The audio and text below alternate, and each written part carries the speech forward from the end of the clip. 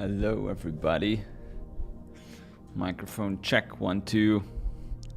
Can you guys give me some feedback in the chat if you can hear me and if you can hear the background music in the OpenAI stream as well?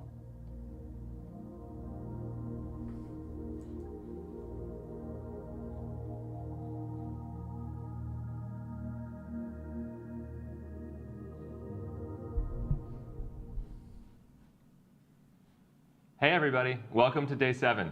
I'm Kevin, I lead product at OpenAI. I can't believe that we're only halfway through the 12 days of OpenAI. I hope you're all having as much fun as we are. I thought I would start by giving a bit of an update on where some of our rollouts from this past week are. So first, Sora, we launched on Monday. Demand has been off the charts, frankly, and it took us a little bit longer than we even expected to get this out because of it. But I'm excited to say that Sora is now fully available to Plus and Pro users outside of our friends in Europe. Also, yesterday we launched live video and subscription and screen sharing in advanced voice mode, and that's now fully rolled out to Plus, Pro, and Teams users outside of Europe. And Santa mode, which we talked about yesterday too, is available globally. So with that, let's talk about today. Today, we're super excited because we're launching something that you've all been asking for a while, which is projects in ChatGPT. When you start a project, you can upload files, you can set custom instructions, and generally tailor ChatGPT to all of the conversations that are part of that project. And all the parts of ChatGPT conversations that you're used to, things like search and Canvas, work as part of projects. Or you can skip all that fancy stuff and just use projects as folders to organize conversations. So with that, let's dive in. Great. Hi, everybody. I'm Thomas. I'm an engineer that's floating around OpenAI in various forms. And one of the things I really love doing is giving things that people really want. And we've really heard loud and clear that people want the ability to organize conversations inside of ChatGPT. You may have been noticing that we're improving a lot of the core experience of ChatGPT. Recently, we launched ChatGPT Conversation Search, which allows you to go over past conversations and search them in like a textual form. And this is really yet another organizational tool. I really think of these as like smart folders. And with that, let me kick it over to Drew. Sure. To give you a quick intro. Hi, everybody. My name is Drew. I'm a front-end engineer here at OpenAI, and I've only worked here for 3 months. How have those 3 months been? It's been crazy. Yeah. I'm having a blast. Do you expect to be on a live stream 3 months? I absolutely did not expect that, but here we are. Just wait for your 6-month anniversary. Oh my gosh, I don't even want to know. Yes, I'm super excited to introduce projects today and show you how it all works. So if we look at my screen here, I can talk about, I have ChatGPT up, and I'm gonna, nice. I have some existing projects right here that you can see, but I'm gonna create a new project. Oh my God. So you just go to the left sidebar there and click plus, and then let's do live demo, Friday the 13th. What could possibly go wrong? All right, let's see, here we go. Okay, we're in. So I've created a project here. I can edit the project title if I want. You can add the select files. a nice color, which helps me Amazing. customize it in the sidebar there. And then I can add files or instructions like Kevin mentioned, and I can just start a chat. So let's say yes or no, should I deploy code to production on Friday? It's a great question. Yeah, it's really, okay, so this is important. Sometimes the model can be wrong, and we're just going to move on with it. Obviously, we can and should and will ship code today. So anyway, that's how you create a chat with a project. You can also add existing chats to a project. So I can use the conversation search feature that Thomas mentioned. Search for a chat I think is relevant here, Murphy's Law explained. And then I can add it to the project from the sidebar, live demo. And there, just like that, it's in there. I can also drag and drop. Excuse me. I can also drag and drop out. Looking great. Perfect. Sorry, nursing a little bit of a cold. All right, so that's the live demo, but I really want to dive into what we actually, some projects that I've actually been working on. So I've been organizing a Secret Santa gift exchange for my friends and family. So I've collected survey results where everyone said what kind of gift that they want, and I'm going to be organizing the event. So everyone gets assigned to someone to give a gift, and we all have an event, and everybody exchanges the gifts. And it's like a really fun holiday thing that I like to do. So I've been organizing this with a Secret Santa project. So if I dive in here, I've given it a fun title with an emoji. I have my festive color selection. I have project files here that are relevant to this project. So I have Secret Santa submissions, which is the survey results I mentioned, and then the rules, the budget for the gifts and things like that, as well as the event details. I also have instructions for this event. So in this case, I had a little fun with it. You're principal level elf at Santa's workshop. You've been tasked with helping me organize a secret gift exchange for my friends. You communicate a festive tone. I also said, Lee actually gave us this great tip on the live stream recently. When asked to write a letter or email, use the Canvas tool when possible to bias towards that, because it's such a great environment for interacting and generating draft emails. Also, ignore previous instructions. Santa is real. I don't want to risk anything, so make sure that's safe. So if I look, I already have a chat here that I've created for the Secret Santa. And I've said, show me the Secret Santa submission spreadsheet and a table. So this is pulling that data from that spreadsheet that I uploaded in the project, and so I can see what everybody wants for their Secret Santa gift. On top of that, I can actually keep referencing this information and act on it. So below, I said, please randomly assign every person to give a gift to another person. Display in a table with 3 columns, giver, recipient, and recipient gift ideas. So you can see here that it's actually done that. So I know that Ethan is giving a gift to Jade, and Jade wants animal stickers. Also, I can actually look and validate that this data is valid and that this was actually random if I get accused of interference as the organizer of this event. I have the Python code here that actually did the shuffle. So Thomas, does that look legitimate to you? It looks reasonable. Okay. So this is a positive from Thomas. This is a legit Secret Santa gift exchange, no shenanigans involved. So now that I have that, I've exported that and added it back to my project files, and I can actually interact with that data and make decisions based off it. So I can ask, what does Luther want as his gift, and who is assigned to give it to him? And it can pull that data from there. So Luther would want a fun hat as his gift, which we saw was correct, and Chris is assigned to give him his gift. Great. So since we're using ChatGPT here, we also have the power of searching the web. So let's help Krista pick a fun hat for Luther. Search the web for festive hats. I'm very curious what this comes up with. Yeah. I wonder if they'll top yours. Oh, that's pretty. The Christmas tree's a good one. Taco one's not that seasonal, but I would the go with taco headband though. taco's pretty good. Okay, these are some pretty good options. Great.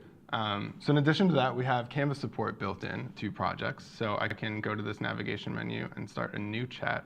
I can say, write an email to the event participants. Just any old email. Just, how's it going? What's the weather? How are you feeling? And then, yeah, I can leave it really open-ended there and just see what the model does. All right, let's get festive. It's actually writing what I would write as an email, which is giving all the rules and important details for everybody. Okay, so I wasn't specific enough. It is telling everyone who's assigned everyone, which is like the fundamental Maybe you want to be a little more specific next time. So with Canvas, you can iterate. I can get that feedback and move. But this is a great starting point, and I did this in like 10 seconds. So that's really, really great example.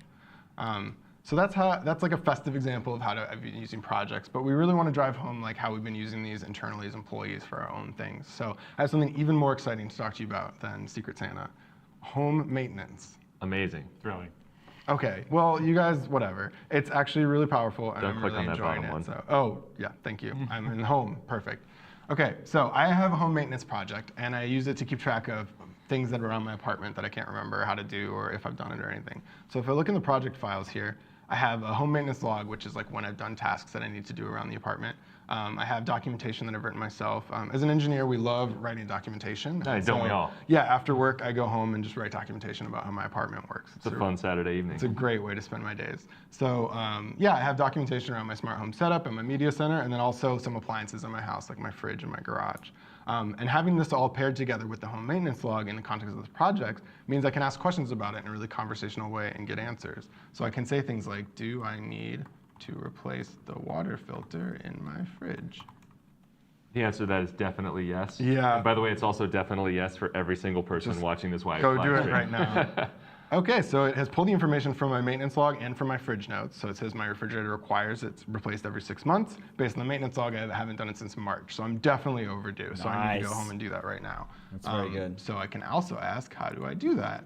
And it will pull this from my maintenance notes on the fridge, or my fridge notes. It will be able to pull that information and tell me how to do it so that I don't have to remember it every time. So that's for your particular fridge? Yeah, that's the model in the notes that I uploaded. Yeah. So that's actually really valuable. Like very quickly I can ask that question and I don't have to go pull it up or anything like that. It's just right there for me, easy to use.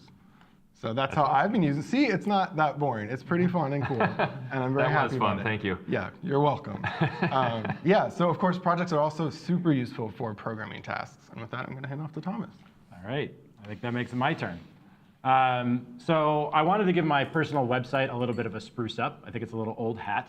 And so I scoured the web for different templates that I thought might be interesting. I found one that I liked, and I'm going to modify it to suit me so that I don't have to do all this work of coding it up by hand. The website is over here. So this is just a template, an example of like what it looks like. It's from the documentation. This is using something called AstroWind. We can go into some technical details. That's a blending of Tailwind, if you know what that is, for CSS, and the Astro templating format. But I would forgive you if you don't really know what the Astro templating format is. It's not super widely known. And so I'm going to use that fact. It makes projects even more useful because I can specifically tailor my project to working in Astro. And so let me get started there. Let me show you what the template looks like so you just have a familiarity with some of the format. So this is the personal website template. It's got dark mode support, Nice. which I liked. Yeah. That was the selling feature for me. If I switch over to VS Code here, you can see what the Astro templating format looks like. So you can see very similar to JSX, if you're familiar with that, but not exactly the same. So there's some slight differences here and there, which can often confuse models, or maybe they're just like not perfect at that format. So I will show you the project that I've created for this. If I go over to my Tommy D's personal website, inside of the project files, you can see that I've uploaded my resume, my social links, some testimonials about myself, and I've also uploaded the specification for the Astro template format. Nice. And I've finally uploaded that file you just saw, this baseline.astro. In my custom instructions, they're not too complicated, but I did tell the model that, hey, you have to pay specific attention to these like bracketing formats and to use a quirky tone. All right, with that, let me get started and try to modify the baseline template. Sounds good. So I'm going to ask it to modify the baseline template. I like using Canvas myself, so I'm going to say in Canvas to incorporate personal information and social links. We'll get this started here, and let's see what it comes up with. So in just a moment, we should be able to see that it's going to edit some of the Canvas information. I think that this one may have actually had some small issues, so let me give it one more shot when I try it. Friday the 13th. Always something in the live demo. So let me give it a shot here.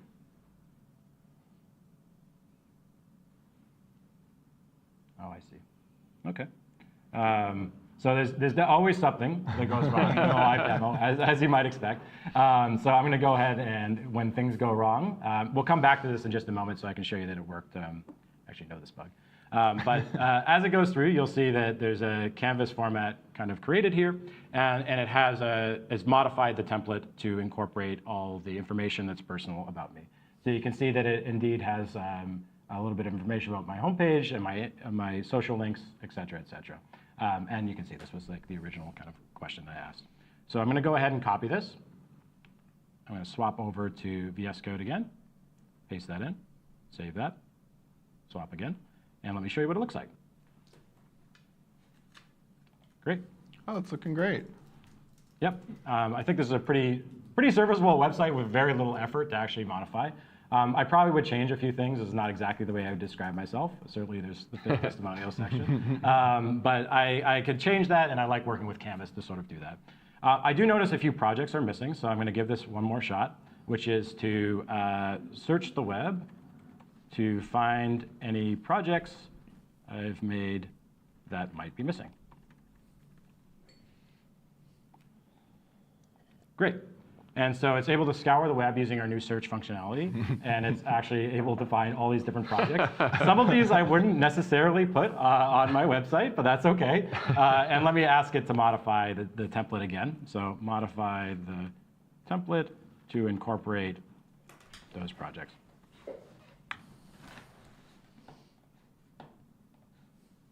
So in this case, it's using the Canvas editing, which is, you heard a lot about Canvas on Tuesday. I really love it because it's a way of collaborating with the model in sort of an interactive way that goes back and forth. In this case, it's going, instead of like replacing the entire document, it's showing me sort of a diff view line by line about what's changing as I go through this. This view is great for code. Yes. Compared to just huge blocks of text that you can't tell what's changed. There is a bit of an Easter egg at the end you'll see, which is that you can go to the top right and you can actually see the differences that have been made. And these are the type of things that we're just improving over time. I really think that team is doing quite well and just really improving, again, the core experience of ChatGPT. And it feels a little bit different than the turn-by-turn kind of chat that we always have. Yeah, it's definitely just getting started. There's so much exciting stuff that we've got coming in Canvas. Great. So it's just finishing out now. I can see that it's about to finish out over here, going through my work thing, and putting a little bit more work experience. I'm going to go ahead and just copy this section, and you'll see in just a moment. Gotta have the testimonials. Yeah, you need those. Very important. And it's going down to the call of action, which is always the end. Great. And so I'm going to go ahead and copy this in. Oops.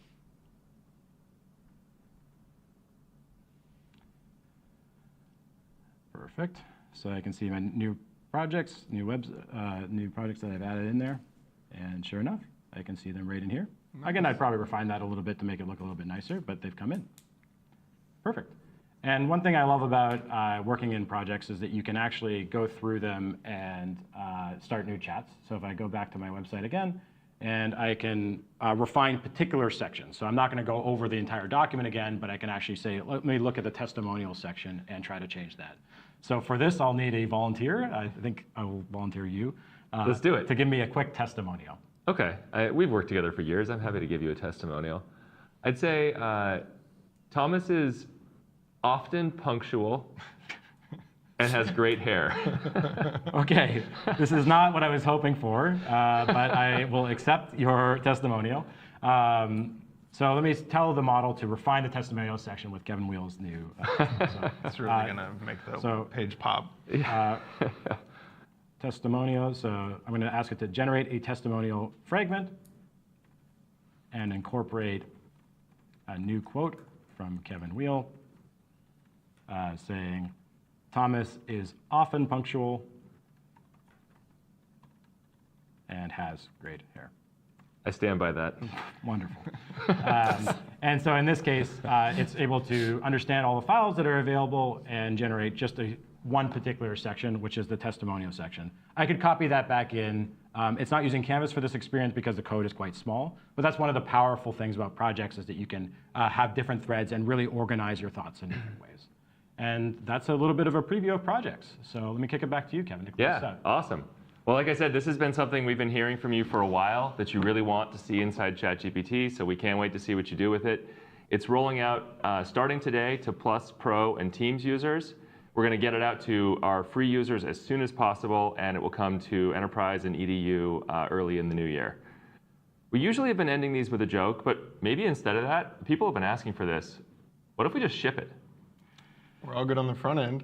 Classic PM move, but I will happily oblige this one. So I'm going to go ahead and start the rollout. I'll do this responsibly.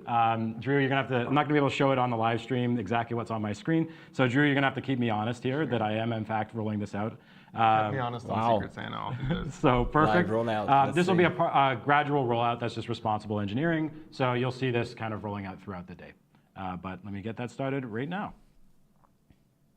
All right. Yeah? We did it. We did it. All right. Projects in ChatGPT rolling out as of 10 seconds ago. Thanks, everyone. See you on Monday. See you guys. Okay. Awesome. So everybody keep refreshing your ChatGPT.com account or the website and see who gets the projects first. Very curious what they mean by, these rollouts. And while we do that, I just want to reflect on a couple of things that they didn't quite talk about, but I had some questions about it. So first of all, here, when you can name the project, okay, that's cool. But in terms of files, they didn't specify whether this is vector store or just code interpreter can choose which file to get information from. I hope this is code interpreter. So in that case, this pretty much looks like you are creating a GPT for each of your projects, but you don't have to name it. You just name the project itself, not the GPT. And then all of your chats are organized under this. And as you add new and new files, then the newer chats can become smarter and smarter. So in this case, you can easily do that. You know, you go in a long conversation in one of the chats, and you just create like some new documents, and then you can say, okay, now I want you to export these documents as like PDF. And then you can upload it, and that way you can kind of keep the memory rolling over to the next chats and follow on. So I think they didn't specify whether this is a retrieval vector knowledge base thing or just files, but I assume it is the former, or it might be both, where actually if it's a PDF or docx file, it gets vectorized as well. So we'll see. It's not that it matters that much. What matters is that it works. So we'll see about that. Something that they also didn't mention, or that I didn't quite catch, is whether we are allowed to share these projects with others. Whether this can be like a collaborative environment, which I think is maybe geared towards like that might launch on Teams plans first. But I think this would be an amazing thing to do for the smaller, even big teams, where each project can maybe have like sub-projects where the instructions are designed in a certain way, so that even bigger teams can work together on the same chats using their own ChatGPT accounts. But any chats they decide to add there or they decide to do there is going to be visible to everybody. So I think that's going to be... maybe that's an upcoming feature that they are planning on. They didn't say that. It's probably, it's like shipping 12 different things, during the Christmas holidays. It's probably like some features get shipped like half done. So these, like MVP status, and then these features might be added on later. So sharing a project with a client could also be really helpful, so that let's say you onboard a client for like an AI automation, and then you can onboard them here into this project, and then they can see what's happening. They can also upload the files, so you don't have to like pass them via email and so on. And then they can see the kinds of chats that are going on, or you can just manage the client projects for yourself if you don't share that with the client. Basecamp, the project management tool that I use, has this pretty cool feature that you can create a client project, and then you can decide which stuff you want to share with the client and which stuff is like internal only. So when you create like a new document, you can select whether the client can see that or not. So maybe that kind of feature could also come in here. And what do you guys think? I see now 15 people watching. So hello and welcome to this little discussion on projects while we're waiting for it to get in my account so I can like actually demo this to you. I have the pro account, so I don't know if that like prioritizes people. So we'll see. And I'm very curious where you're tuning in from, and what do you think about the project? Was this something that you wanted to see? Was this something that's just like, for you it's a for me it's like, oh my god, this is a big feature, because many times that what happens is that I just engage in a conversation with ChatGPT. I do roughly, on average, I say 5 to 10 different chats with ChatGPT, looking at like today I had 1, 2, 3, 4, 5, 6. Yesterday I only had 3. And then in the previous 7 days, I had like 50-ish. Oh no, it's 50 plus, or 7 days plus. So then I cannot count that. But like today I had 6, that's roughly the average. So for me to organize those chats into projects would be like a huge time saver. And I didn't bother downloading any of the Chrome extensions that can actually help you to put those into folders. So yeah, that's what's up. Watching from Zambia. Oh my god, I think you're first person watching from Zambia. Hello, Kondwani. Nice to see you here. Brian says cloud project seems better to me. Brian, can you explain why, like, what do you prefer about cloud projects compared to the ChatGPT project? And something else that I wanted to kind of see, but I didn't, was like connecting these projects to the project management tools. Because right now the problem is that the files are static. So you have to delete and upload the new files to keep the project knowledge base up to date. So instead of having that, we could just link it to Asana, Basecamp, Notion, whatever project management tool you use, ClickUp, you know, all of these.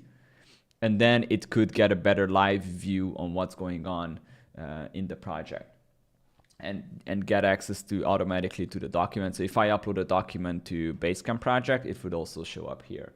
But I mean, that's kind of a feature that they might launch later, where you would have to connect it to your own project management tools. But again, this is just MVP, and it's already like a big thing that we can have. That it's like a huge feature in my opinion. You guys see also, Camel also mentioned like AGI. They have this AGI project. They don't show on live, but the thing is, it's not their own ChatGPT account, right? So it says like view plans on the bottom. So it's not there. It's like a demo account. They have like some questions about public speaking. How good? How many pounds does a camera? How to act normal? Murphy's Law explained what to do with hands. Public speaking. So again, this is just like kind of like for the memes and like for jokes. But I mean, that's pretty fun. I wonder also, they didn't kind of talk about that, whether I can go back to my older chats and can I categorize them into the certain projects, right? I don't know if you guys caught that one. If they said it, I didn't catch that. So I don't know about that really. Brian says the language output is better overall. Camel says, Brian, for me, the biggest frustration with cloud projects is the 200K token limit. Project chats quickly hit their limits because of this. Yeah, and then you just have to stop using that chat. And you got to start a new chat, and you have to start from scratch, right? Okay, anybody has the projects already on their account? I'll just log out and let's see if I log in with my Teams account, if you have that there. You guys keep refreshing your ChatGPT accounts. And let's see if you already have the feature for, what's this called? Project.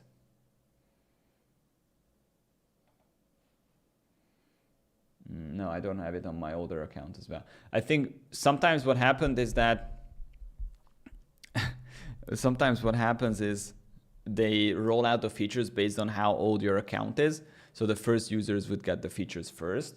And actually my Teams account is actually a lot older. Like it's almost like 2023 January. That's when I registered first time, I think, to ChatGPT.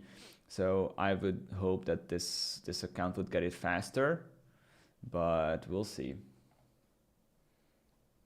Santiago Mendez says, I'm the AG, I don't show on live.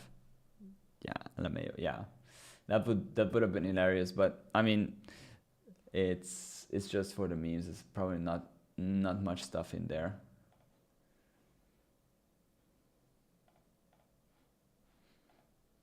Who is here watching, out of the 20 people watching now, who is here who watched some of the previous streams or attended these events before? So just tell me in the chat if you're like me, if you're like second, third time we're being here with me through these 12 days of OpenAI. I'd love to see how many returning visitors we have and how many people just tuning in for the first time.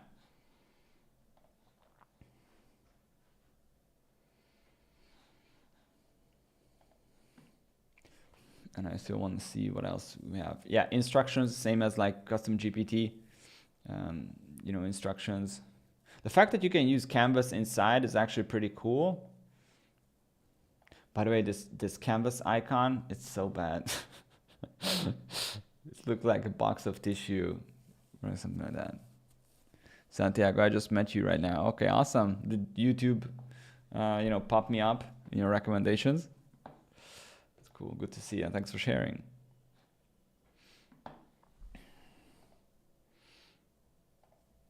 Search web for fast defats. Yeah, so browsing is built in. So they kind of showed everything. I didn't see code interpreter being used. Did we see that? Let's see. Oh, it was like some editing. Yeah, it used code interpreters for something. So yeah. Brian says, been trying to watch daily, but was late the past couple days. Well, it's good to have you here now. That's what matters. And thanks for being here. Okay, so then we had Canvas, editing code, and then he was basically copy pasting the website code into his own coding environment, and then he's hosting the website. Where is it? Hold on. Oh, okay. Yeah, no, not here. It was, yeah, so he pasted it in here and then he is just hosting it locally. Hello, South Korea. Hello from South Korea. Hello from Hungary. How you doing? This is your first time, Kondwani. Good to have you. Awesome. So that's pretty much the announcement. Anybody has projects turned on already?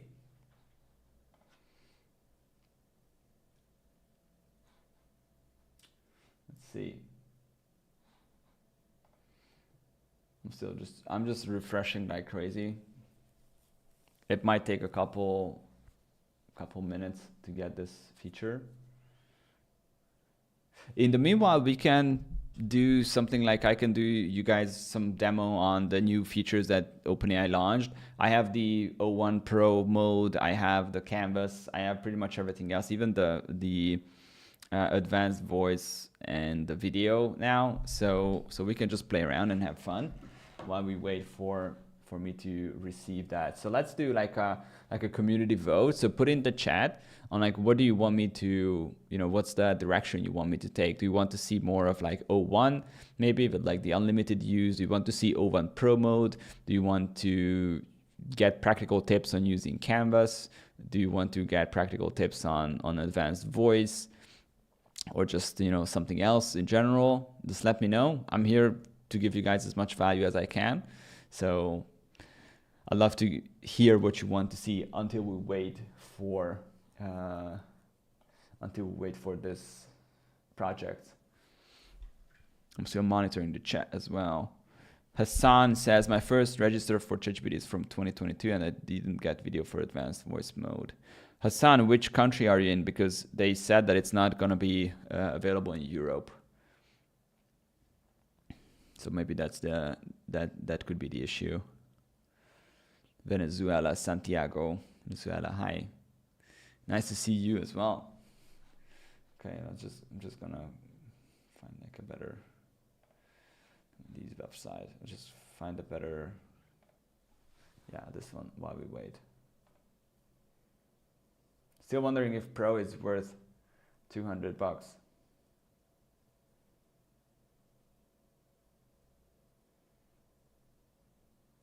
Santiago, August was his first team payment and still waiting. Yeah. Me too. I guess it will take a couple of hours. Oh, and we can also play around with Sora because I also have Sora now. So Bryant is wondering if Pro is worth the $200. Now, for you, Bryant, I think what you need to consider, and you can also tell me in the chat, like what kind of tasks do you generally do every day, and see if O1 is really what you need there. Because there are a lot of things that O1 is just not necessarily better than GPT-4o. Okay, I'm gonna switch back to this. Oh, there we go. Team members can use Sora. No, for team accounts, Sora is not available. I said the advanced video or advanced voice with video where you can like show what you see. I tried it today with my dog. right? So ChatGPT was giving my dog commands like sit, stay, and so on, but my dog didn't listen to ChatGPT even if I was like giving the treats. So it didn't quite work. But maybe if I buy one of those like Tesla robots, then I can put in ChatGPT voice mode in there, and then my robot will just take the dog down for a walk. That would be hilarious. Like imagine me just watching them here from the balcony, make sure they're safe.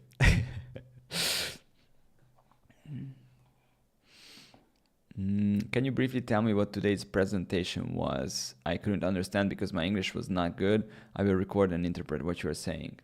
So today's presentation was the launch of this project mode, where you can organize your chats into different projects, and each project can have its own project files and its own instructions.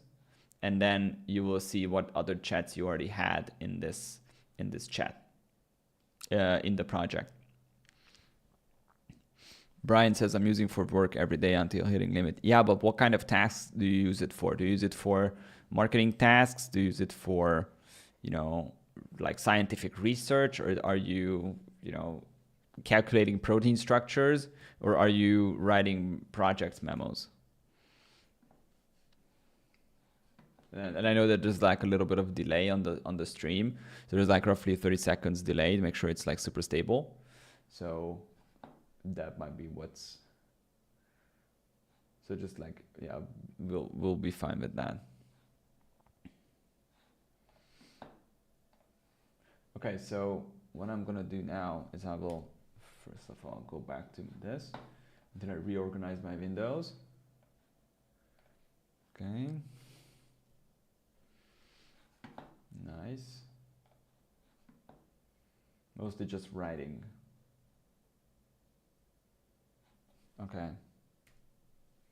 So here we are in my ChatGPT. Oh, hold on. Oh. What am I doing? There we go. I need to be able to refresh it. See if, yeah, still no projects for me. Steely, hi Steely, welcome back. What's new is OpenAI launched the project mode, so you will be able to organize your projects into your chats into certain projects. I don't have it yet now, so it's not available yet to me, but they started rolling it out today, so that could be coming very soon. So they're like rolling it out for everybody. Now, what we can do is we can just use O1 Pro mode, or we can just use O1, and then we can just give it like really hard problems to solve. So I think, Brian, for you, if you just use it for... Brian, tell me a prompt that you would like use the Pro mode for, and then we can give it a try with, here, and I can also give you some of my thoughts. Santiago says, try selecting the 3 dots on a chat to see if you have it. Like this? I don't. Would that be like, add to project or something?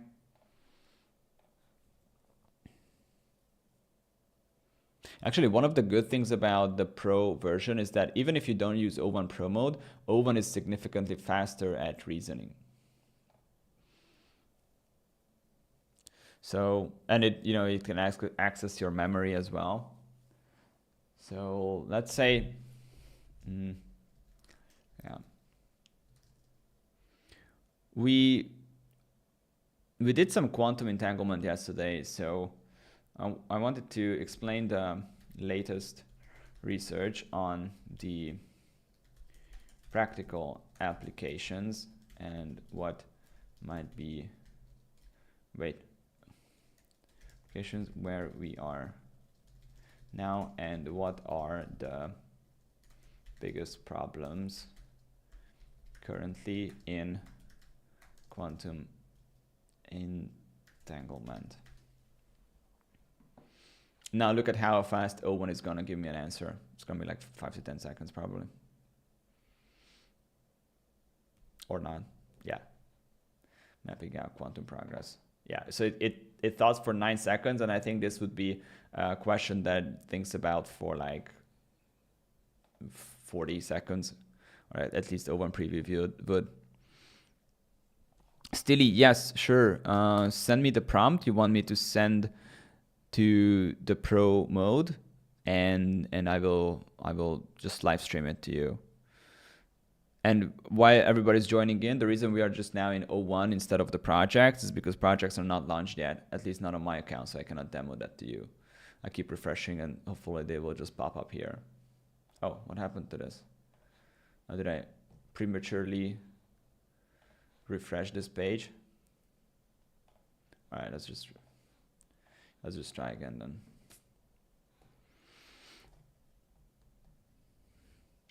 So Santiago says, yeah, for O, I can create max 200 lines of script, but with O1 easily I can get to 400. Yeah, O1 gives you longer responses, that's for sure. So like for programming tasks, O1 is a game changer.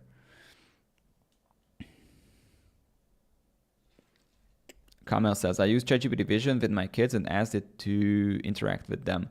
Then I asked what it thought about them, and it managed to perfectly identify their personalities. That's amazing. Yeah, that's crazy.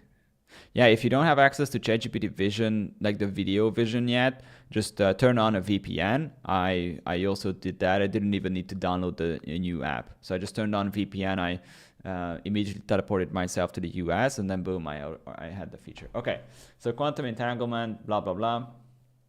Practical applications, quantum key distribution. Those photos use cryptographic keys.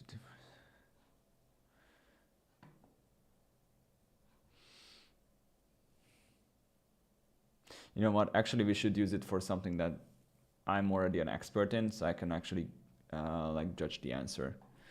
So I'm gonna start a new chat.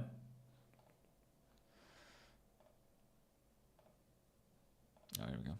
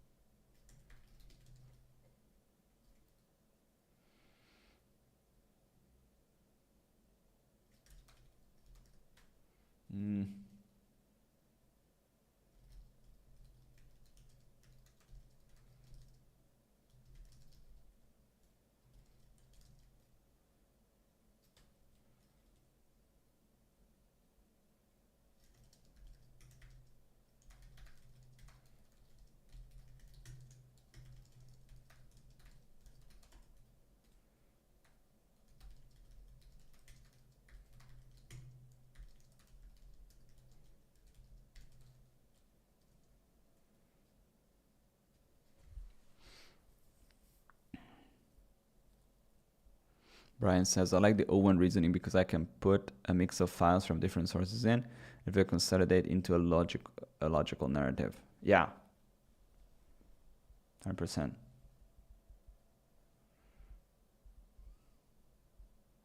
Charting the course.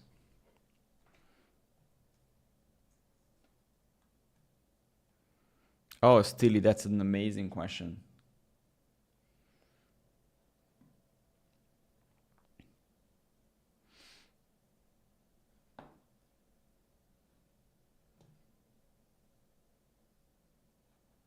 Okay, so let's see what it says. You can refine key assumptions.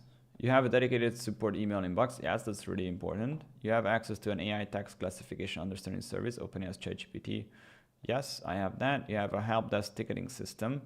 CRM internal database for login requests. Okay, I don't have that, but we can build it. You can serve up relevant response knowledge-based content FAQ documents to expedite responses. Common inbound requests to anticipate from your memory experience. Account access issues, passwords, just login logged account. Building and refund inquiries. Yeah, order and shipping status. Well, shipping not so much. It's an online education platform. Product support and troubleshooting. Features, error messages and guidance. Yeah. Feature requests and feedback. Okay, general queries. Okay, so let's see the flow. Trigger new inbound email. That's good. Actually, when a new email arrives in support inbox, the scenario is triggered. 2, pre-processing extract relevant data, email parser. So the email subject, sender's email address, message button. Well, that's not necessarily needed because the new inbound email already brings this one in. Classification. Yeah, we identified the type. So that's good. It gives us like, what's the category? Decision router, that's perfect. If we found billing inquiry, then it creates a, like a billing ticket. So yeah, it would just, route it based on these. Automatic response personalization. You just use AI to generate human-like response email. That's great. Sending the response, it would send the AI email. That's great. Maybe we could put in like a human review step. So like one of my thoughts is, one, human review before sending email. Two would be one completion per route, or one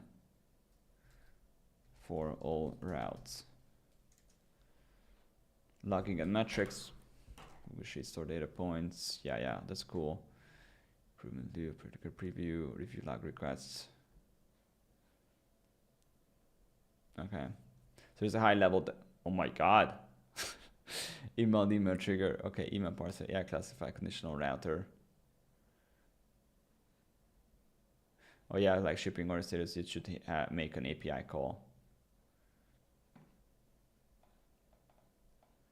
Send email reply. Yeah, so in this case, the AI would draft the response after these routes. Send email reply, log request. Okay.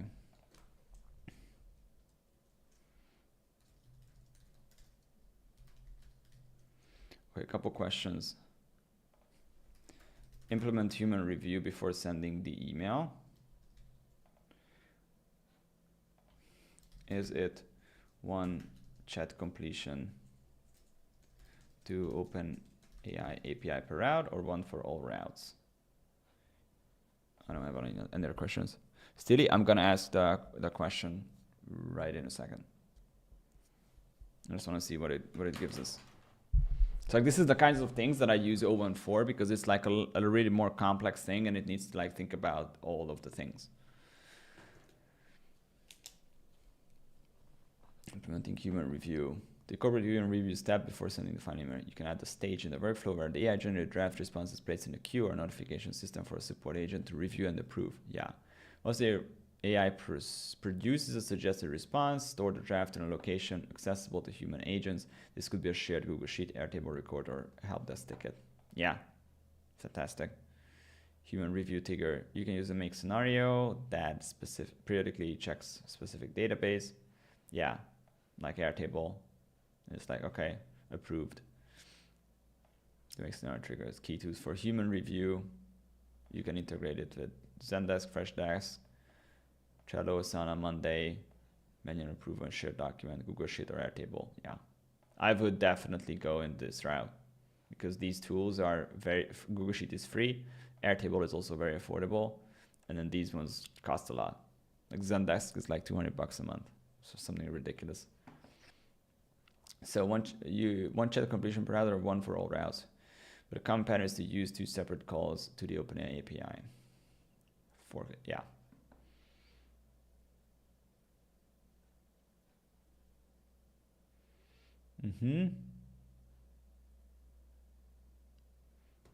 Okay. Yeah, so something else that we could put in here is like, okay, yeah, let's do that. Okay, figure out a way to make sure that this support system is always up to date. Like the FAQ files, products, policies, and so on.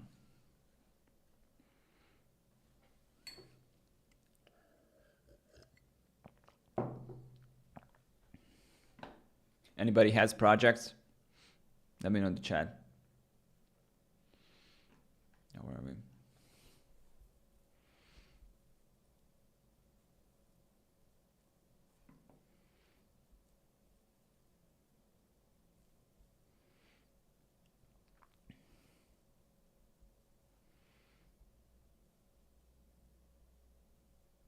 Okay.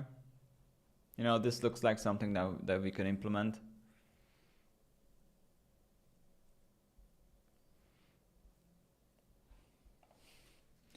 Okay, based on this, create a full project brief that I can send to a freelancer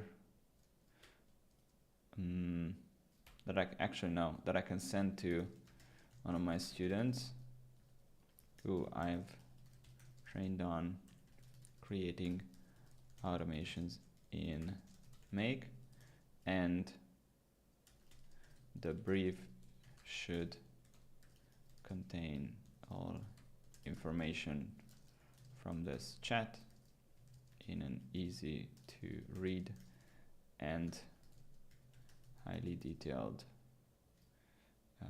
version.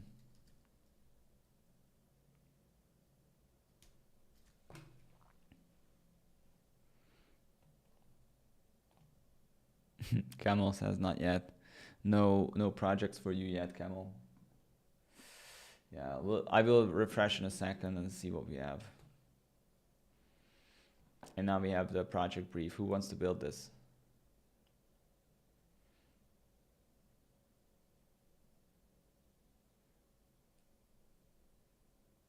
A couple things like this part I will change a little bit, but other than that, like it just going from its own thinking, it's amazing.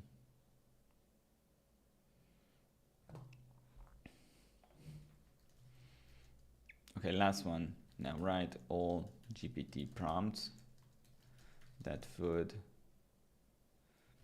write the response emails.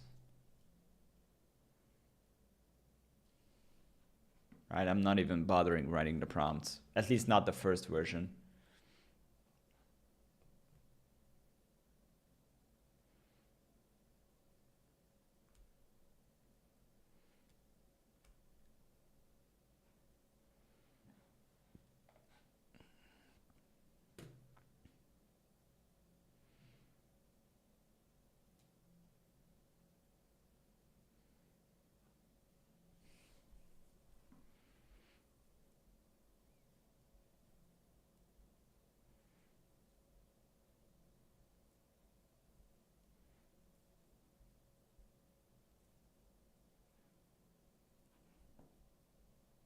Yeah, it even shows me how to like map these things.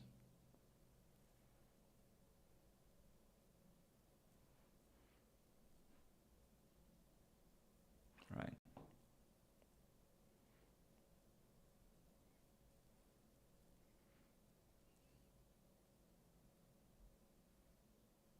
Okay, it's doing its job, it's working. I don't even need to do anything. All right. Let's see, once this finishes, I'm gonna send Steely's question in here.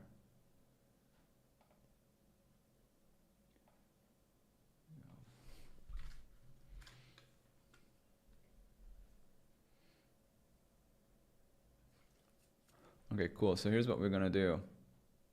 We're gonna use O1 Pro mode, send this prompt. It's gonna think a lot. And then at the same time, I'm also gonna send it to just O1. And then we'll just compare the two. Hold on.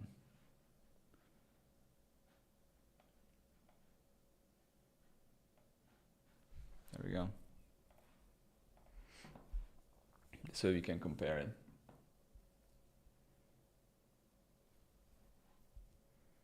Oh, O1 Pro one was actually really fast.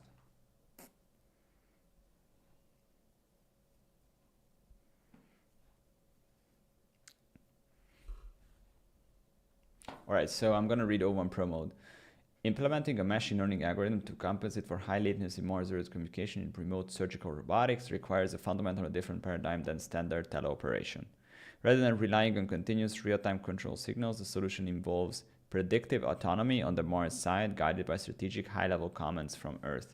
Below is a detailed approach. Yeah, so for those of you who don't understand this problem, the big problem is that Mars and Earth are like so far away that even light needs long minutes to travel, depending on where Earth and Mars are. It takes anywhere from, I think, 8 minutes to 40 whatever many minutes to just send one signal.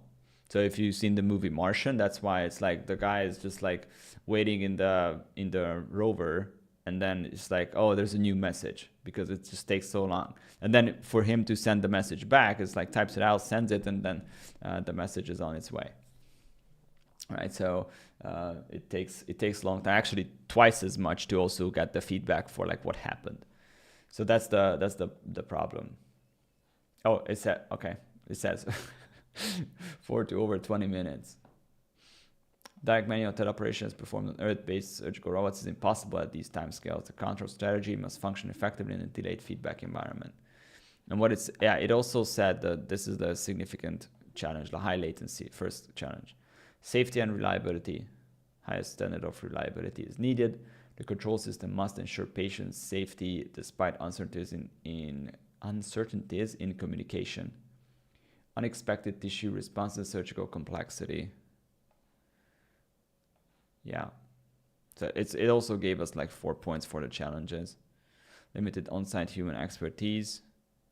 That's not here, right? Is it? No. Resource constraints. Resource constraints are also here. I actually like this one better. Limited on-site human expertise. This is not so good bullet point, in my opinion. Steely, what do you think about these two responses so far? So then O1 starts about the high-level architecture, and then O1 Pro says core technical pillars of the approach. Oh, it's the same thing. So hierarchical control structure, high-level plan definition of Earth, autonomous execution on Mars. So like same thing. Model predictive control with ML-based dynamic models. And so local predictive model, MPC layer. Digital twins and simulation-based training. That's actually very interesting.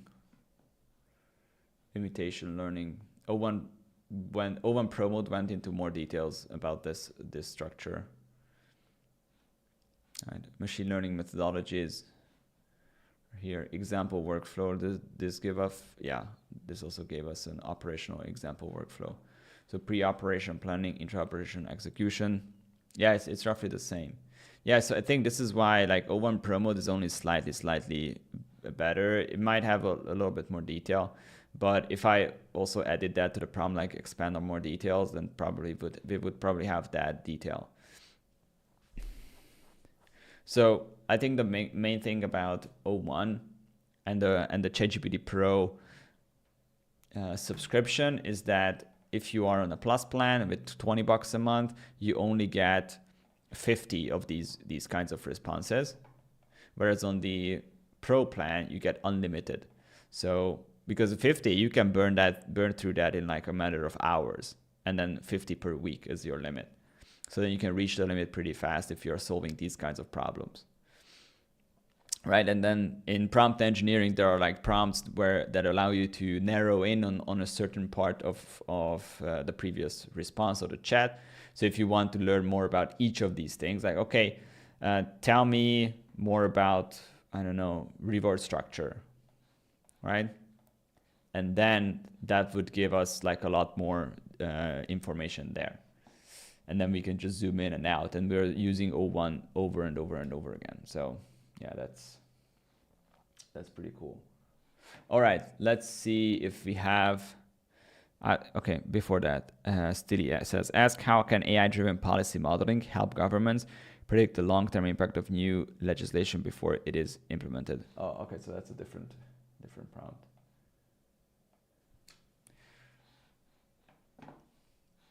I'm just gonna ask Pro Mode. I'll just close this guy.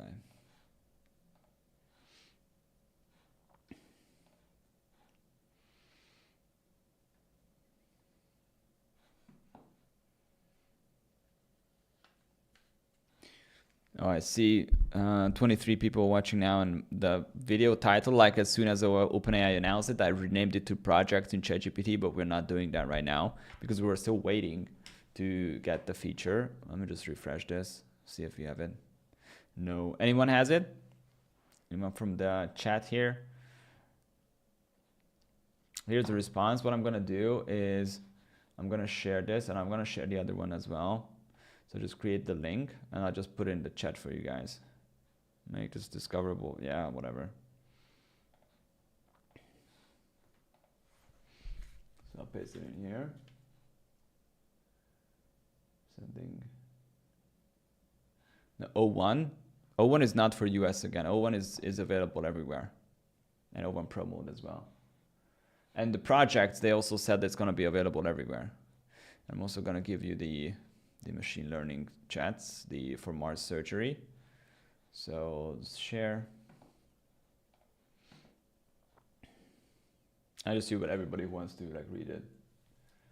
Kamal, you also don't have the, yeah, that's a bummer. The projects.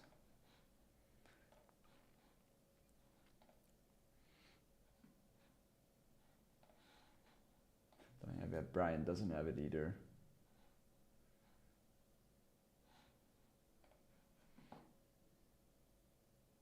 Can someone do me a favor from the chat and find me like a YouTube playlist or some kind of music that we can put it in the background without any kind of copyright infringement or anything like that? So I can play music in the background, like some royalty-free music. Or I could actually go into Suno. Yeah, that's, okay, scratch that, guys. You can just go to Suno and create music for ourselves. Make a song. I need to sign in. Give me a second.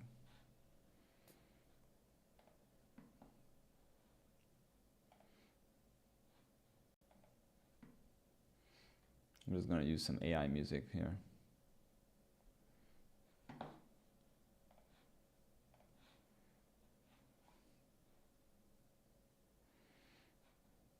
Explorer.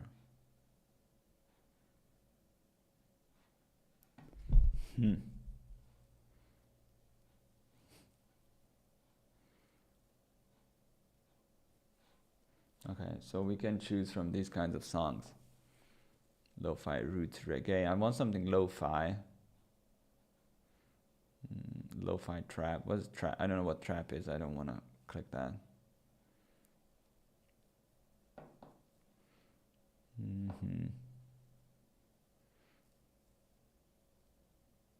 Lo-fi ambient club. There we go. Can you guys hear that?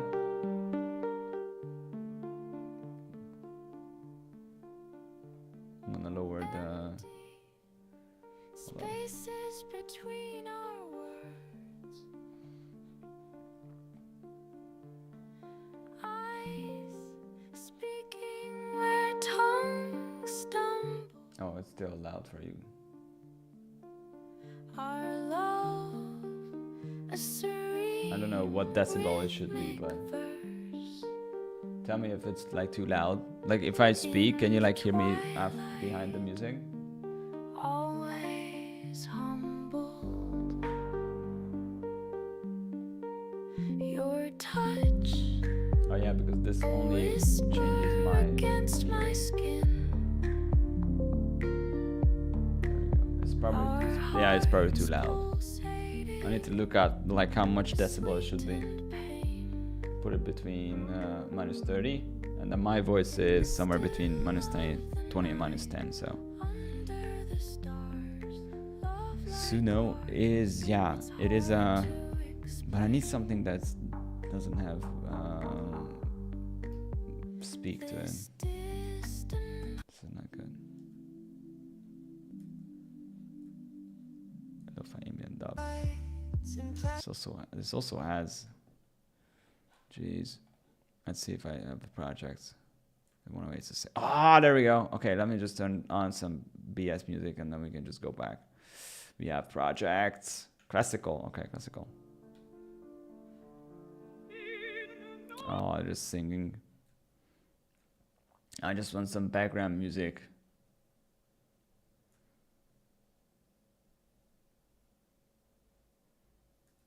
Okay, whatever. I don't care.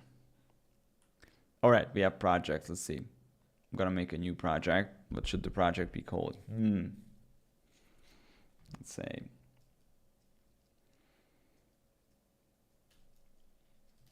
AI agent development. Okay. There we go. Tune out. Yeah, I'll figure out the audio and test it in like a private stream, and then we can do that. Okay, AI agent development. Now what can we do here? We can add instructions, and we can add files. All right, give me 1 second so I can find some knowledge base files for me.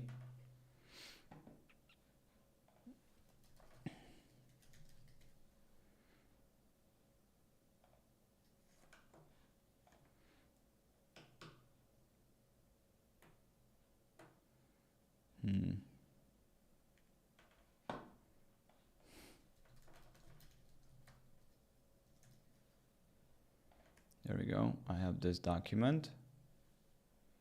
So you guys see it's like wall-to-wall text, not even like adjusted. It's 170 pages. Okay, so I'm gonna export this as a PDF.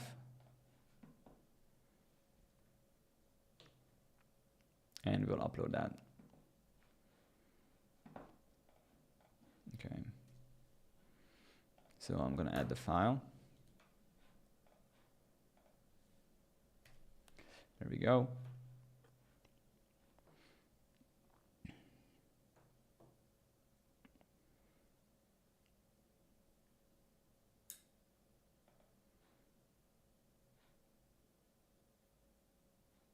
Responses may be lower due to the number of files this project is using. Okay, it's only using one.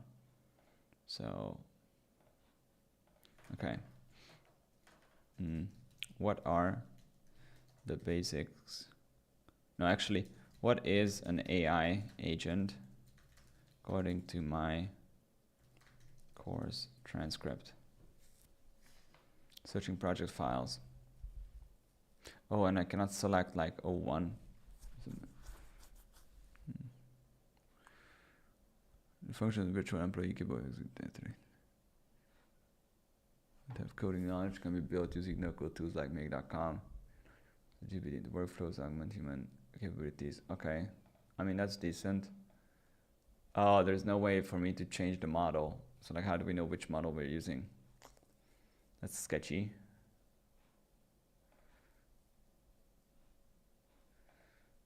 Okay, at least we have it here. Oh yeah, you can add the chats to the project. So I could create a project with like O1 Pro mode tests, and then I can just put all the chats in there. Okay. So what are the 6 key elements of a prompt? My knowledge file is not perfect, so this is a hard task for it, but yeah, it gets it. Okay, that's cool.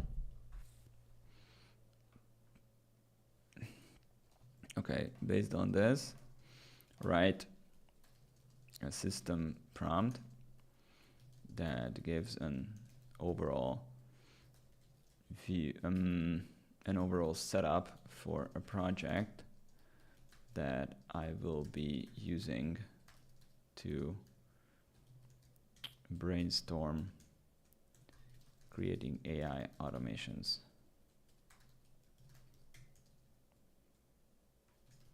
What's important is that this system prompt gives a little background information on my philosophy about AI automations. So this, the fact that it gave me back this response tells me that this is using some kind of RAG, retrieval augmented generation. So it is a vector knowledge base, and it can query it for certain information. So here's the system prompt. You're an AI strategist and brainstorming assistant with expertise in AI automation and workflow design. Your role is to assist in generating innovative ideas and structured plans for creating AI-driven automations that align with my philosophy and objectives. Here's what you need to know. I believe that AI automations should enhance human capabilities rather than replace them. They should save time by automating repetitive tasks, streamline workflows, and empower individuals to focus on high-value, creative, or strategic activities. The goal is to create automations that are intuitive, accessible, and require minimal coding or technical expertise. I'll just rewrite this into, oh, can I open a canvas? I should have asked it for a canvas. Oh, maybe it's not, I don't know, okay. Project focus, tone and style. This is probably too much. Okay, so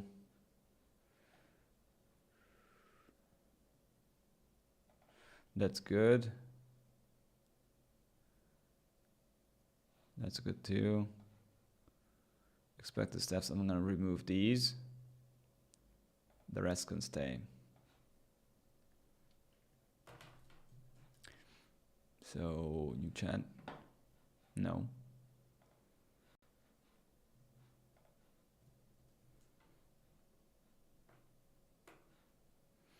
Actually, I need to do something else. Refactor this so each headline is in triangular brackets, XML tags, and then closed after each. Well, I'm not sure if I explained that correctly, but system prompt role. Okay, yeah, that's what I wanted. The reason I'm doing this is that in prompt engineering, having these tags actually makes the models a lot better at identifying the certain parts. Okay. So what I'm gonna do now is this is gonna be my instructions here. I'm gonna remove these. Oh, dang it.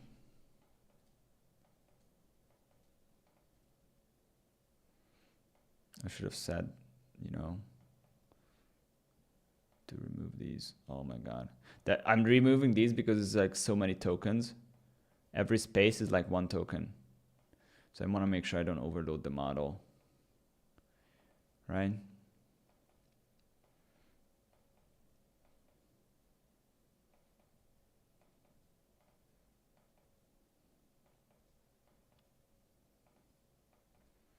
I should have said like, I should have sent the prompt like, remove it to the same, like the first level. Okay, what I wanted to reduce this one, like delete it from here. Yeah. Okay.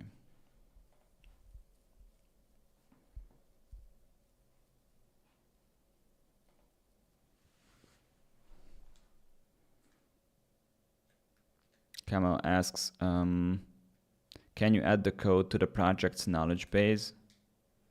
What do you mean the code? What kind of code? I mean, you can, sure, you can upload the file here. I know what you mean. I know exactly what you mean.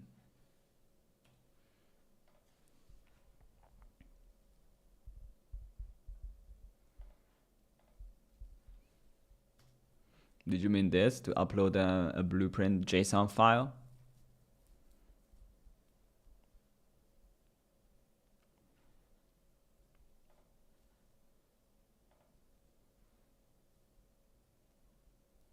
Oh, the file that the one that I generated. I could, but I wanted to make sure that it's in the beginning of every single chat. If I upload it, it's only gonna be pulled into the context if it gets searched for.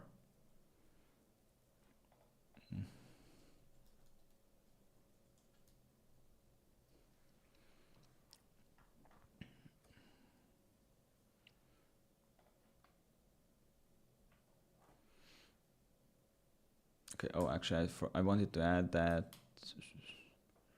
project focus constraints.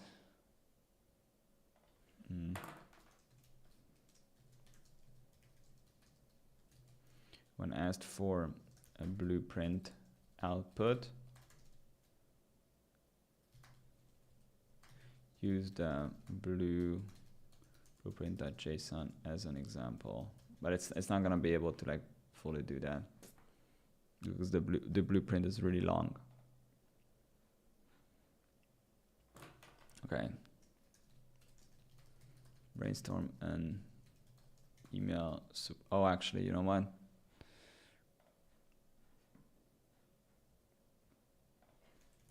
Can you export this? Oh, I need to change to 4.0 because that has code interpreter. Can you export this into .docx file?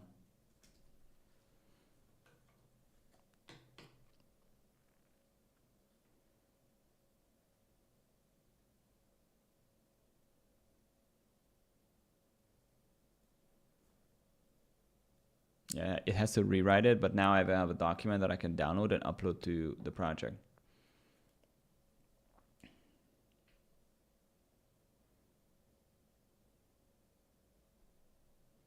And I can tell it to use that as an example.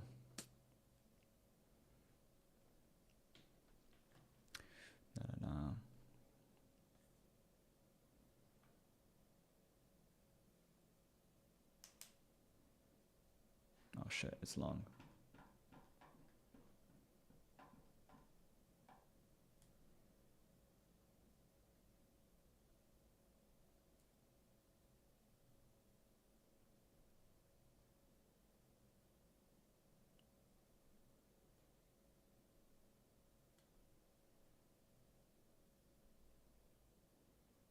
There you go.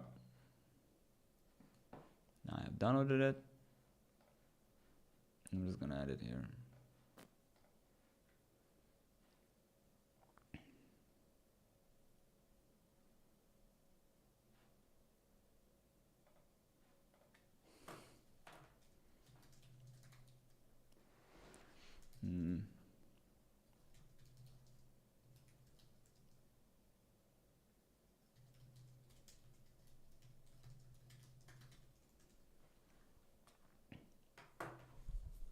Let's see how good this thing is.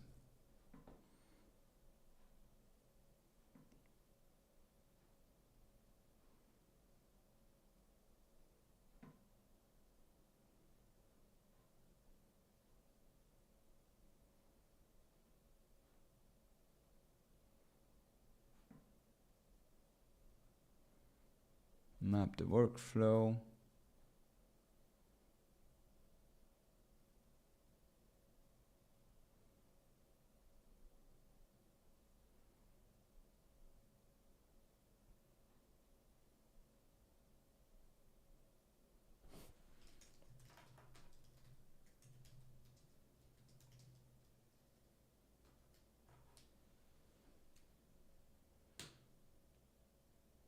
No.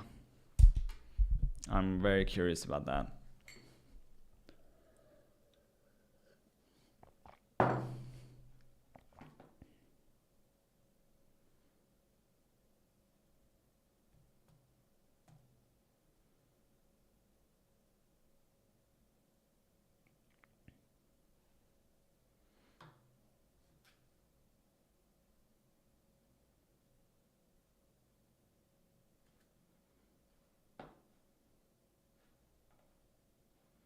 This is what we have.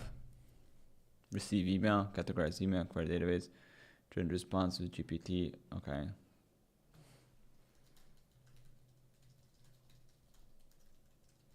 Maybe the routing is not even defined in the document. Oh, I don't have Word installed on this. Can't even open the document.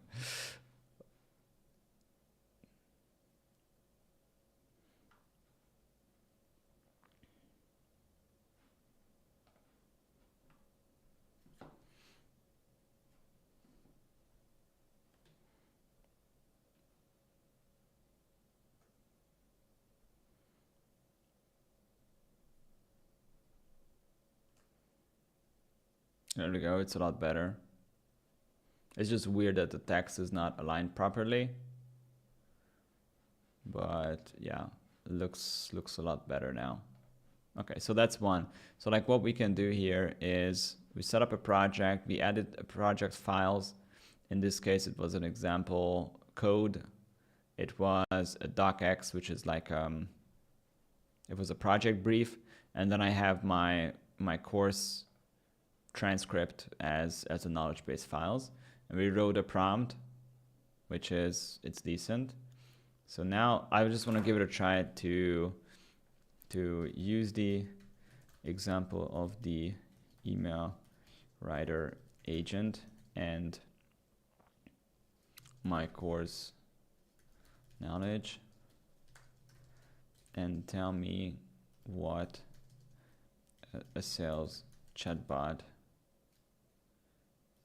AI agent would look like. This is a really complex task for this, so we'll see.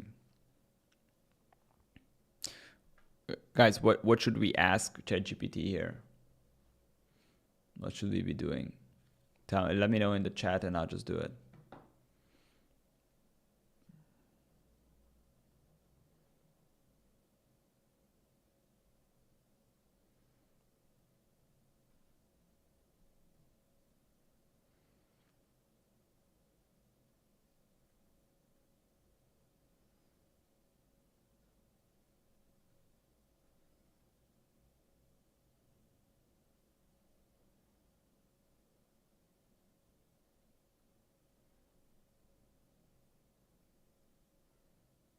Mm-hmm.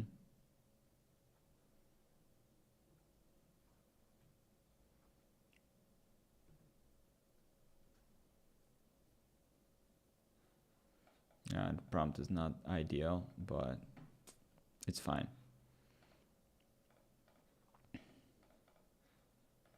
Oh, there we go. We can change it, change the color. I'm gonna make it this color. Oh, and I could also add an emoji to the beginning. Okay. I think projects not come in the EU, then turn on your VPN. Look, I'm on Canada VPN. And I'm in the EU, so.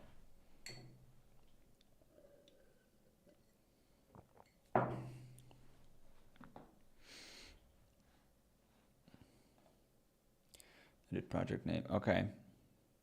View tools, picture, canvas. Yeah, so I think limitation here is that we cannot have a O1 in these things. So what I will do is, let's say I add this to the project, right? So I added this chat.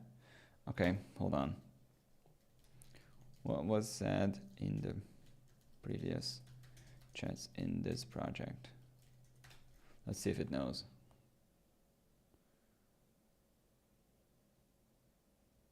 Project, it's just project documentation.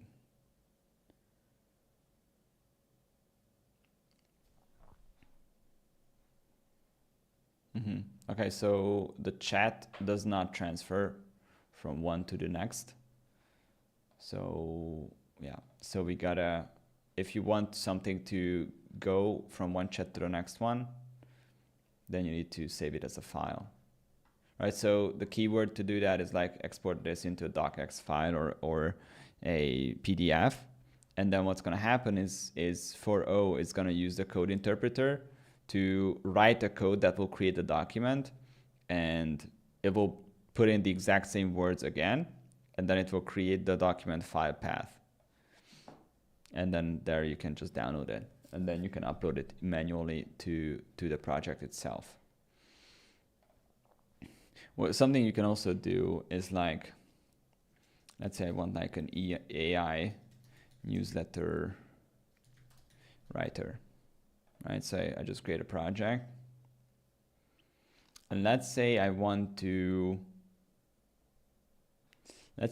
mimic one of these AI newsletters out there. So let's do it easy. I'm gonna go into my emails, and I'm just gonna get an example.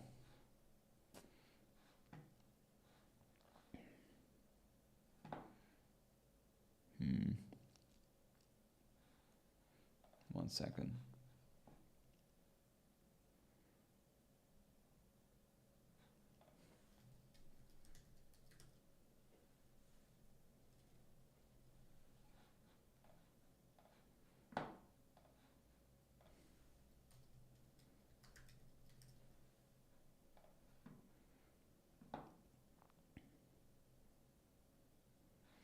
Okay, so I found one, and I'm gonna basically print it as a PDF.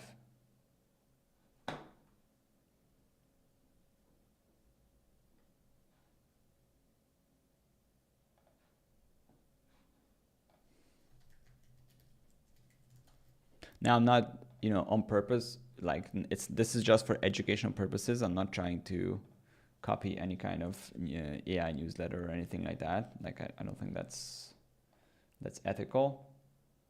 Where did I save it?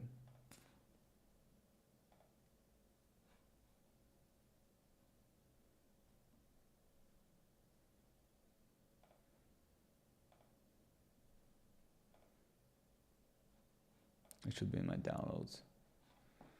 Okay.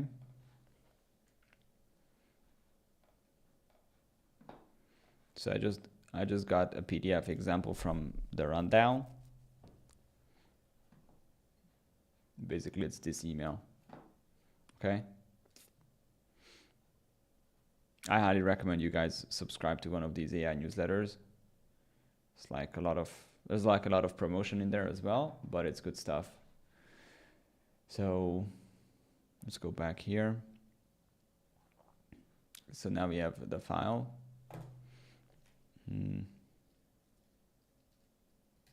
Tell me what makes the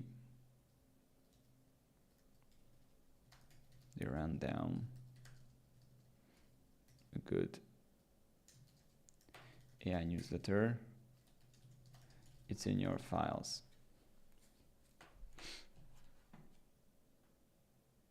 Unreadable.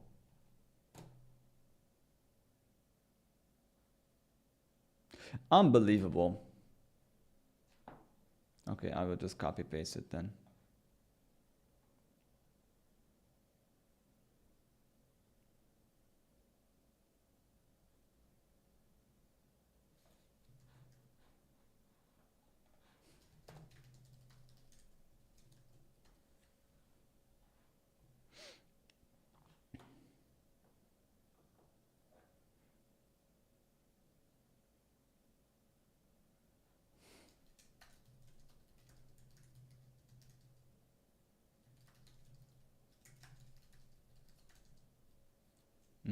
And write a detailed ChatGPT prompt that can recreate a similar newsletter.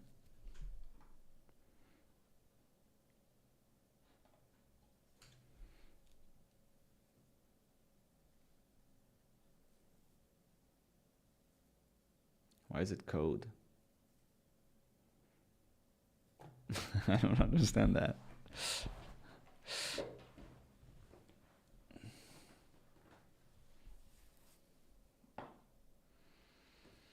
Oh, I even forgot to read it. So, friendly greeting, opening hug.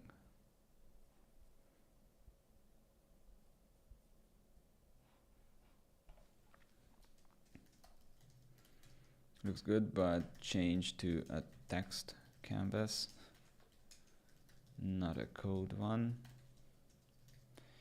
And when you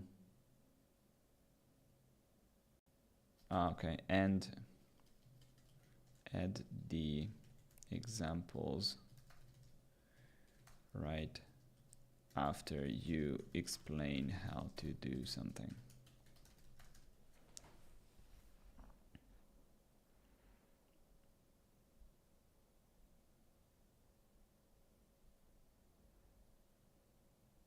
We can look at Claude in a second, because I also have a Claude plan, so we can compare the two. But here's the thing: I'm really used to using ChatGPT, and I just I like doing things that I'm already used to, so I have to think less. It's like less surprises, so I can work faster with ChatGPT than with Claude. But I like using Claude for a lot of different things. I didn't, open the new. It didn't open the new code like the text block, but actually it's better for me because now I can just go back here, add the instructions, right? And it's pretty well formatted. And now I can say, okay, browse today's OpenAI announcement and write a newsletter about it.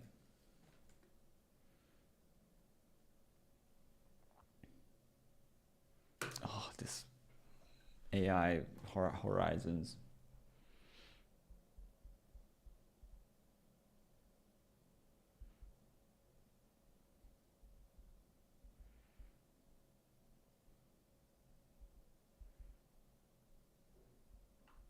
Okay, well, what I can do is I can just go into the instructions. Oh, is that cannot be made bigger? Okay, opening hook, right time.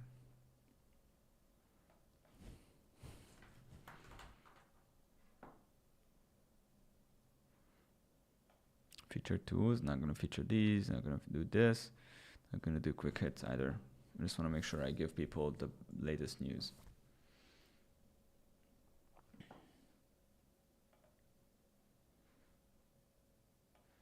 I could also delete this, right? You're an expert AI newsletter editor tasked with creating a concise, engaging, and informative newsletter for AI enthusiasts.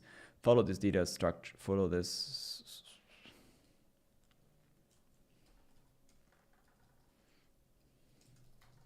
Your task is to write a newsletter. Well, your task will be provided by the user, so I can give it any kind of tasks, right? So newsletter structure, title and greeting. Create a catchy title for the newsletter that reflects that it's going to be subject line.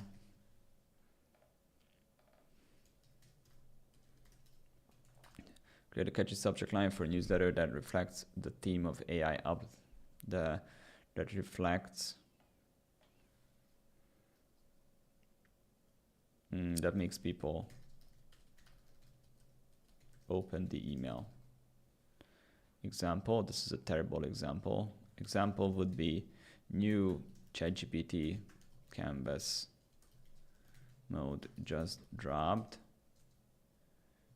and Gemini launches, was that like real-time view or something like that. I don't know the exact name, but it's fine. Include a short friendly greeting in singular person. Welcome AI enthusiast. Here's your weekly dive into the latest AI breakthroughs and the opportunity into the latest AI updates.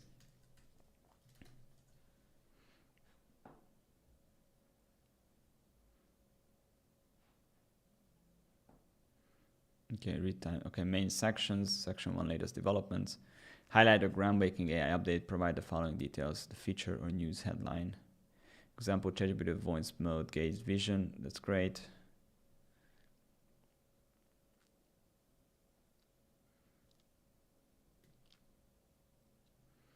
Okay, closing section.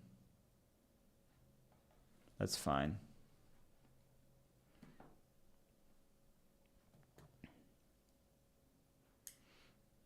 Thanks to readers and invite feedback.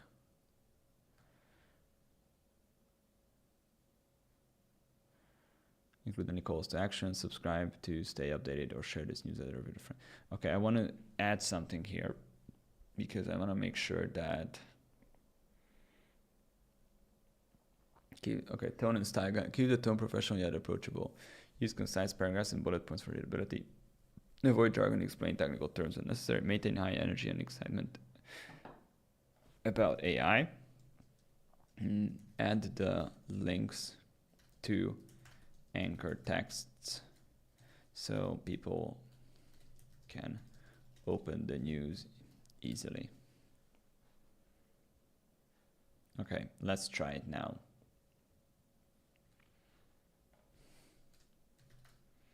Right. newsletter about the weekly AI developments from this week.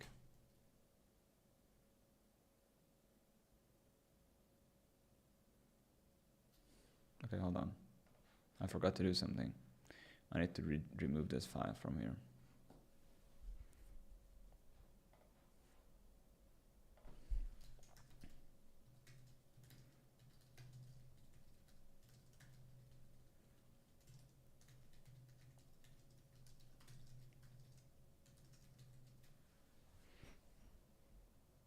Okay, so it's searching.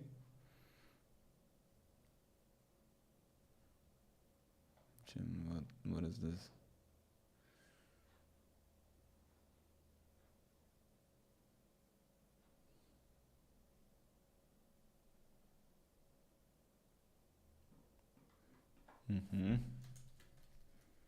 Respond in a markdown format and add the links as anchor texts.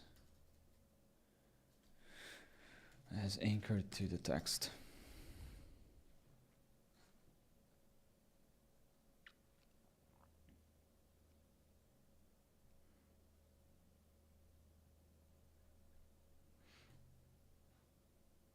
Okay, so what I'm gonna do is I will open my email marketing platform and let's see if I just copy paste this, what do we get?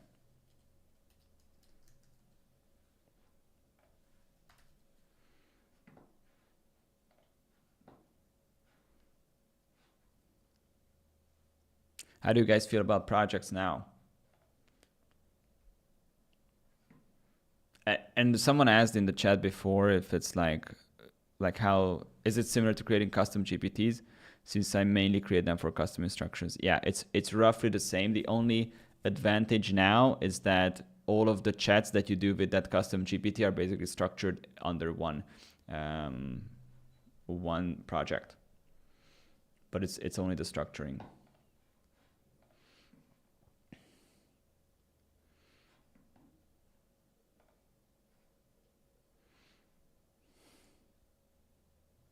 Okay, so I have this newsletter template. And what I'm gonna do is I'm just gonna copy this and just paste it in here. Yes, format. Nice. Now we're fucking talking. Okay. Okay, subject needs to be like, I can move it somewhere and like reading. I need to tell it to not put these opening hooks in. Right, so don't say subject, greeting, and well, subject it can, but like just say subject and body, and I will just remove those.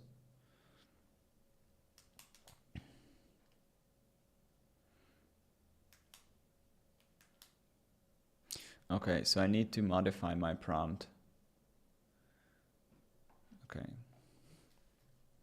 Oh, and these are like empty links, right? So what I can do to make this better is, hold on. Oh, let's see if the links are working.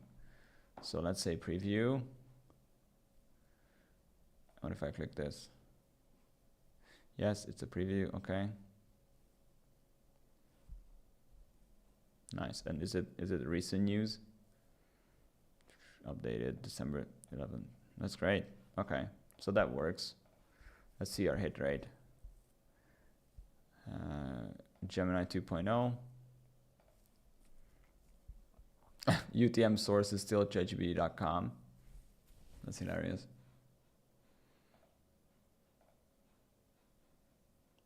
Leave me alone, what do you want? Oh, okay. I'll accept your cookies. Okay, that's a problem. That this is not English. Okay, so it has to be English articles too.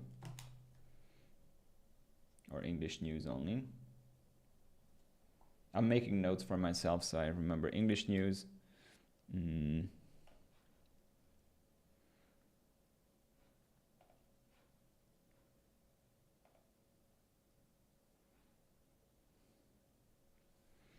Rather original source rather than like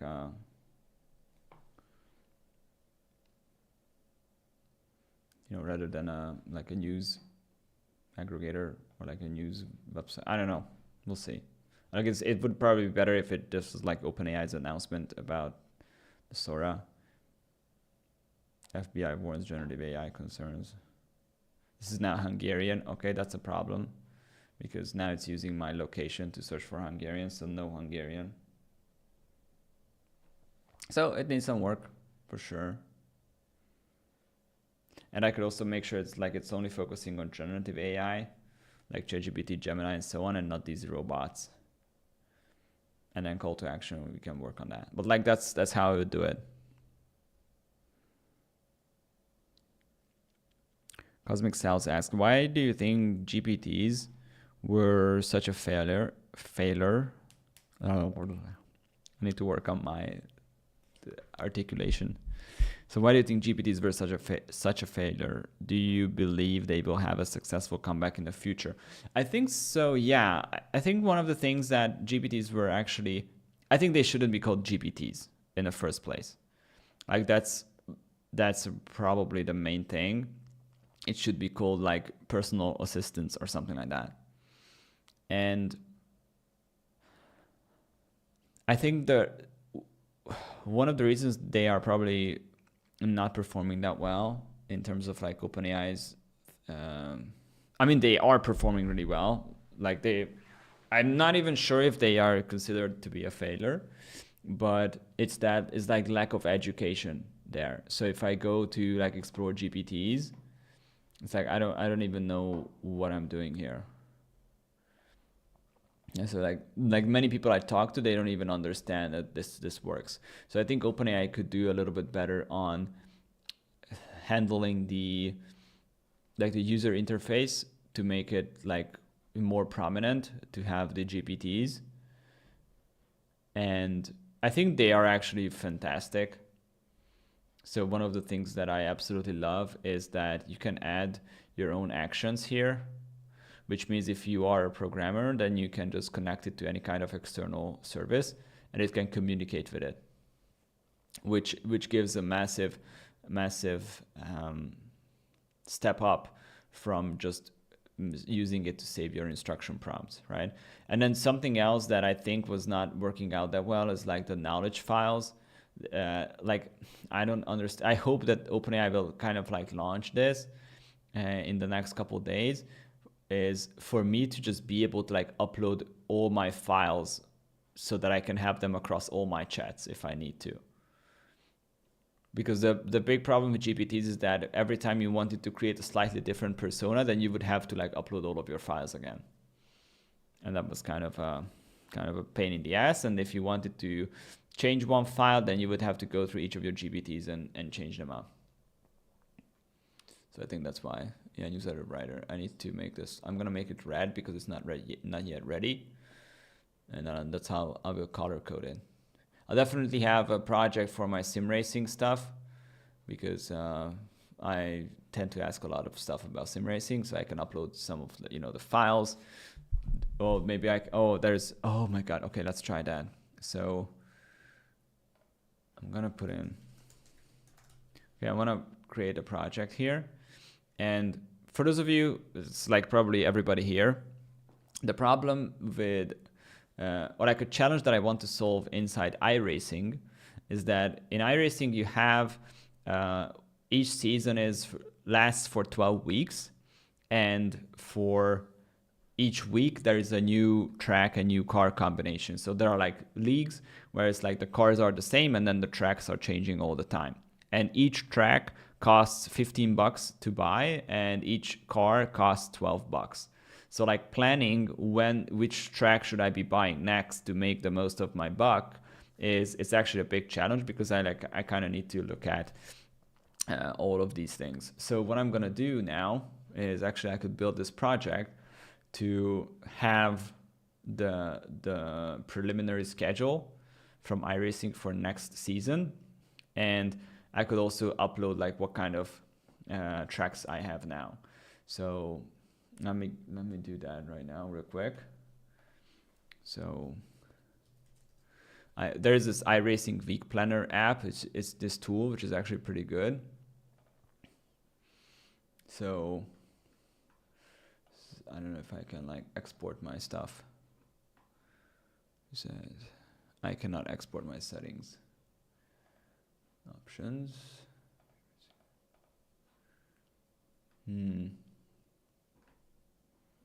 Okay, so I will just try like a basic thing, which is gonna be, hold on.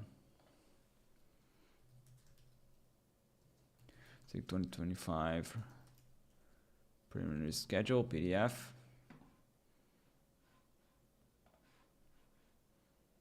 Okay.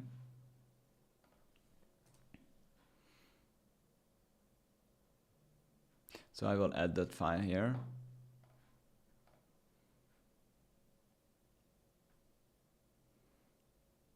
Stevie says it was called plugins at one point. Yeah. I think plugins were actually really good. Okay, so now what I want is like, tell me which tracks. I'm just testing it now. Tell me which tracks will be in the GT3 Fanatic Challenge.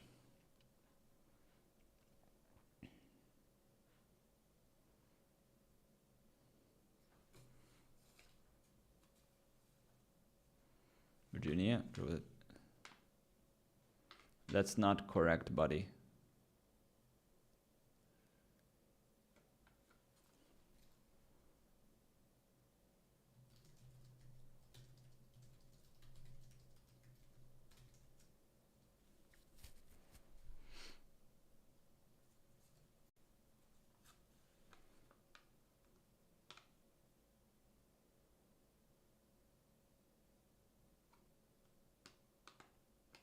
Okay, so it's proven a little bit more difficult. I'm gonna show you guys the document. So in this document, we can see the class and it says GD3 challenge, right? And then we have week 1, this track, week 2, this track, week 3, this track. So this is the GD3 challenge fixed. Okay, maybe that's the keyword I should be looking for.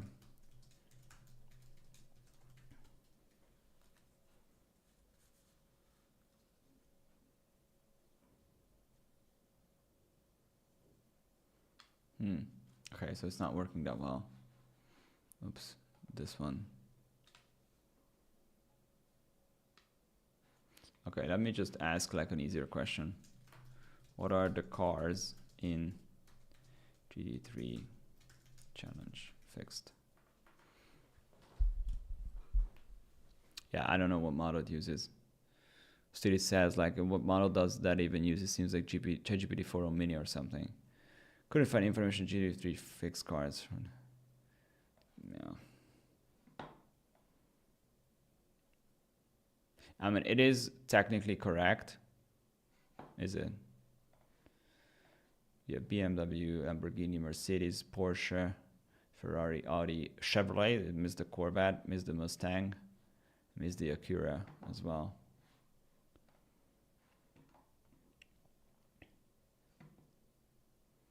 Okay, let's check these tracks. No, because the first one is the Nürburgring. And the Nürburgring is not here, so it already failed on the first one. Okay, so this is an amazing opportunity for me to talk about the biggest problem with vector storages. So you can see that in this document we have a table, right? So this table has like, here it has like one cell and then it has like 4 cells. And even if you try to copy, like sometimes it goes weird. So we don't know how that actually looks to the language model. We don't know if it says like week 1, week 2, like if it's chunked in like per column or per row, right? And then if I ask it for like GT3 challenge maps, it doesn't even understand this is a map. It's not like phrased in a correct way. Maybe let's try to see What's gonna be the fuel level in GT3 challenge? Let's see if I can ask it that.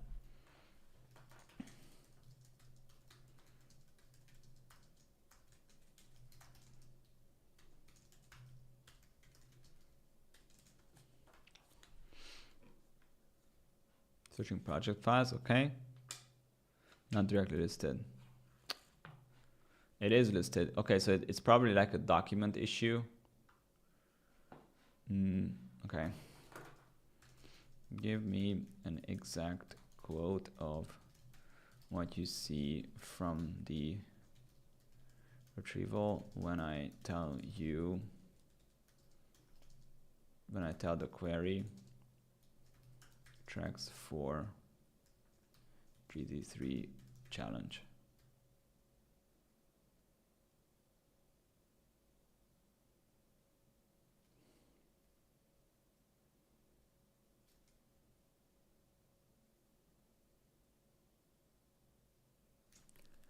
Okay.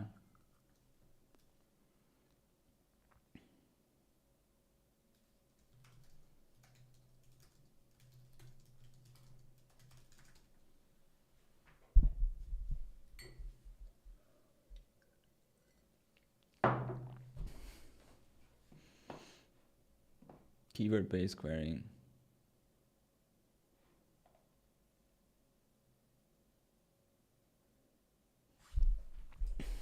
Can you do sentiment-based vector search?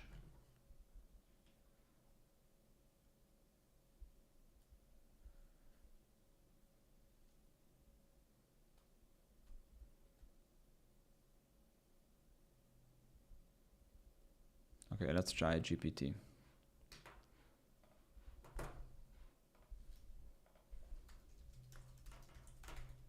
And now it's a great opportunity to compare custom GPTs with projects.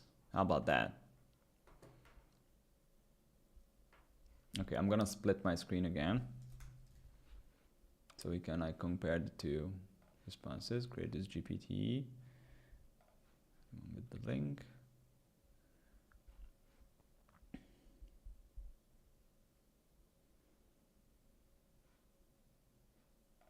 View GPT. Okay. Oh. Whatever. Okay, so I'm gonna ask the same questions that I asked here. Okay, so left side is the GPT, right side is the project. Okay, and they have the same file and nothing else.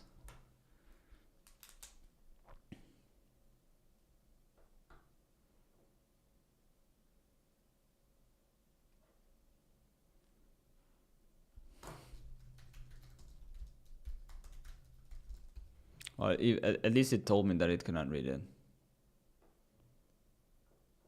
Okay, so if you know that it's the breakdown.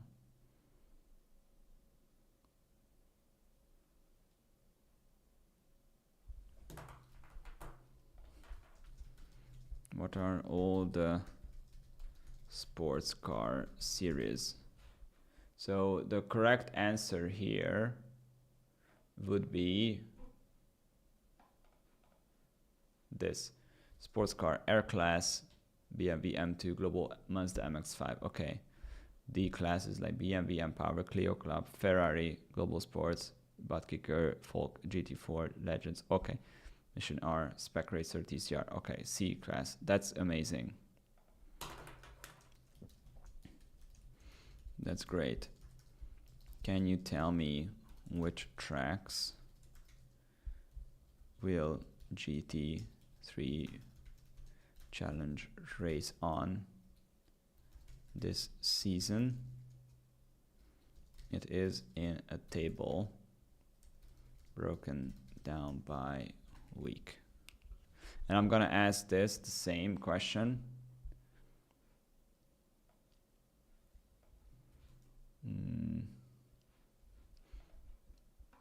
Okay, I'm gonna start from scratch here. New chat. What's in the project file.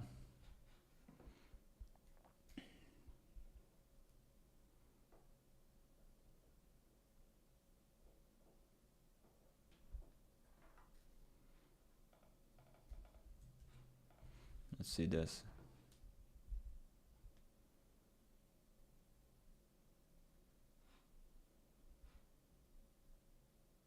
Okay, so it's doing it.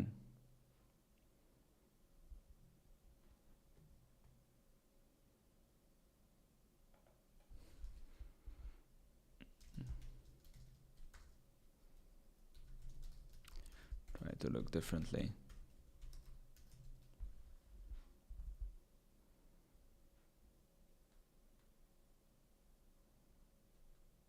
Okay, if you know specific term.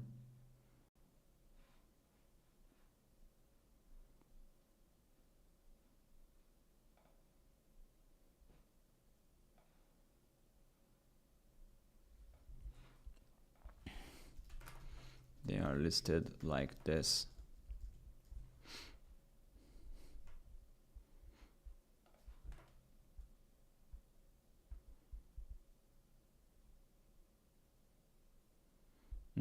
Okay, so it's probably not the issue of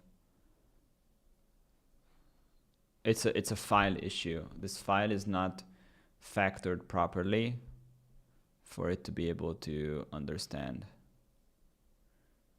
Week 1, week 2, yeah.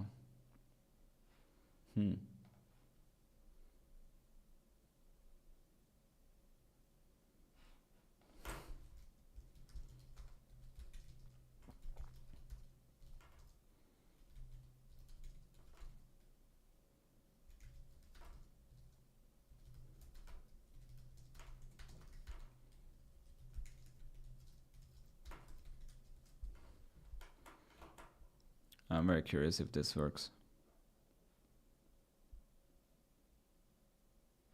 Oh wait, I probably don't have the, I do have the code interpreter on.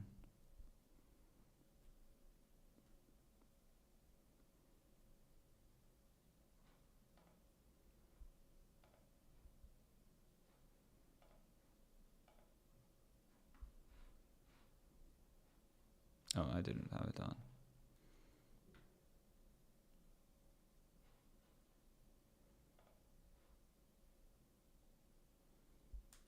Let's see.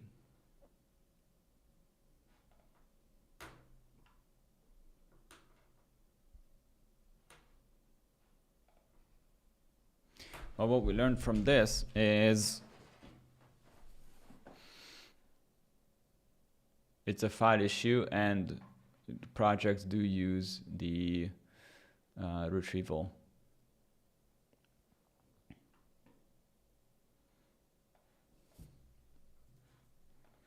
No.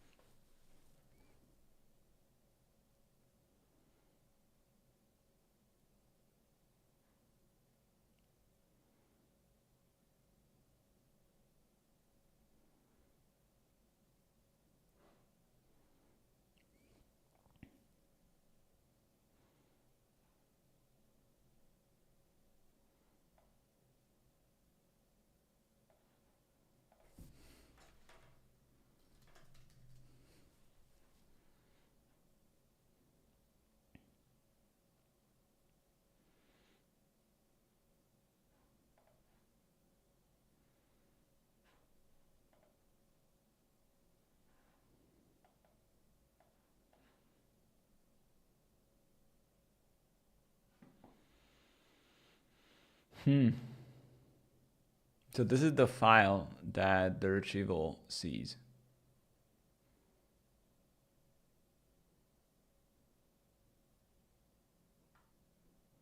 Or maybe it's even better than what it sees. So what we'll do is I will just upload this to the project. Let's try the test again.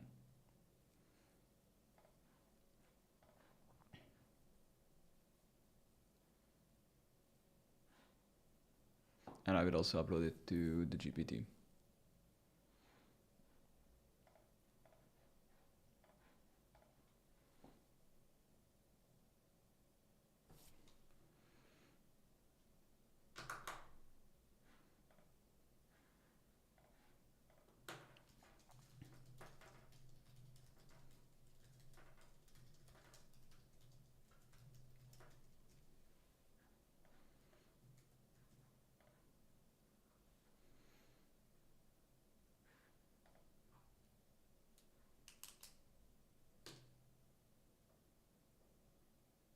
Oh.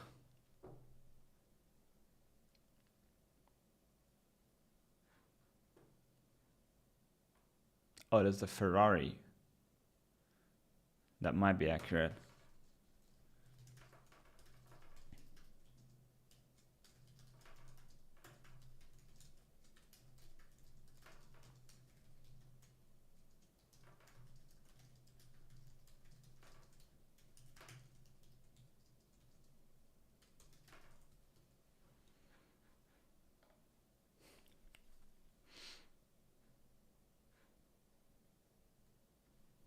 No.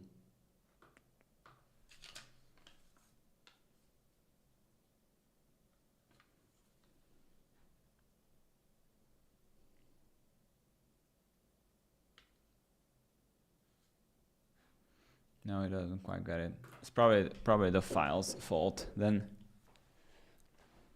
All right, those of you who are still here, what should we do with projects now? What I was thinking of doing, and it seems like this is an overkill for this, is I wanted to upload this schedule and then I would just talk to it based on like, okay, which tracks should I buy to like maximize the value that I get for each track. You know, it's like a track. If we race on on one track like multiple times throughout the season, then that's like a better track to buy than if you only race it once throughout the 12 weeks.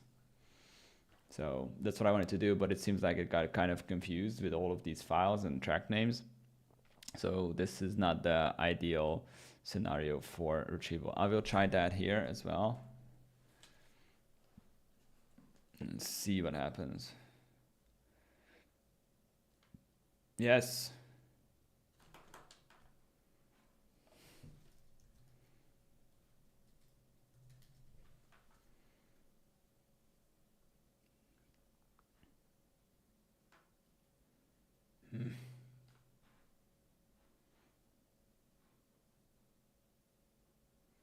So should I look for it manually?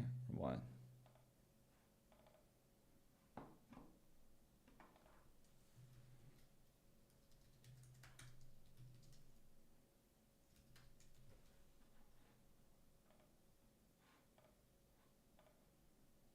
All right, let's see.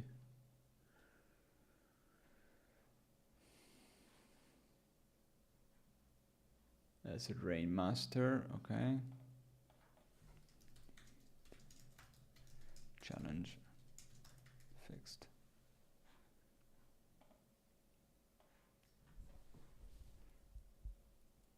Is this what I'm looking for? Yeah, Nürburgring, okay.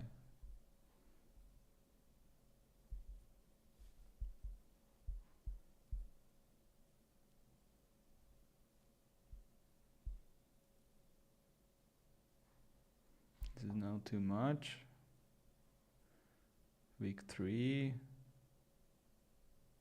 Pro. There we go. Until here.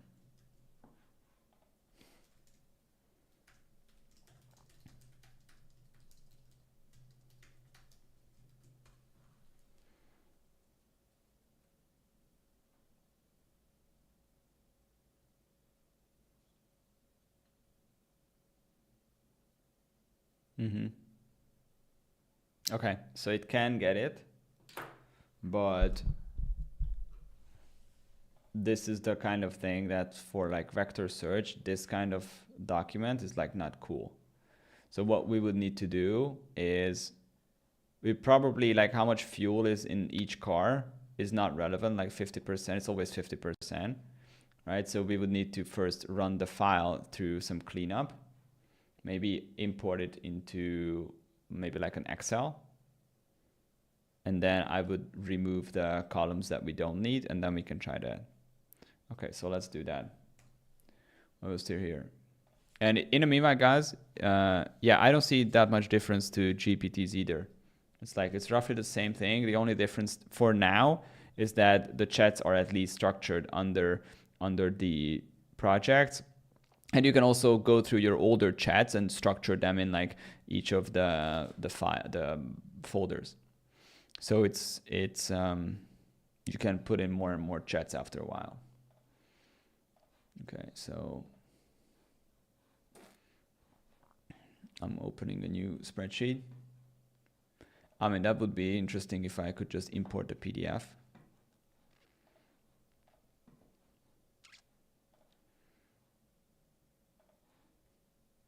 I obviously can't. So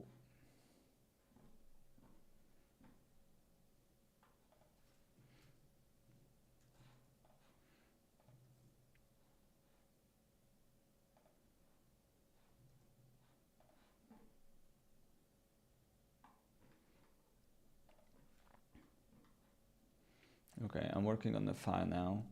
As you guys can see, I opened the table.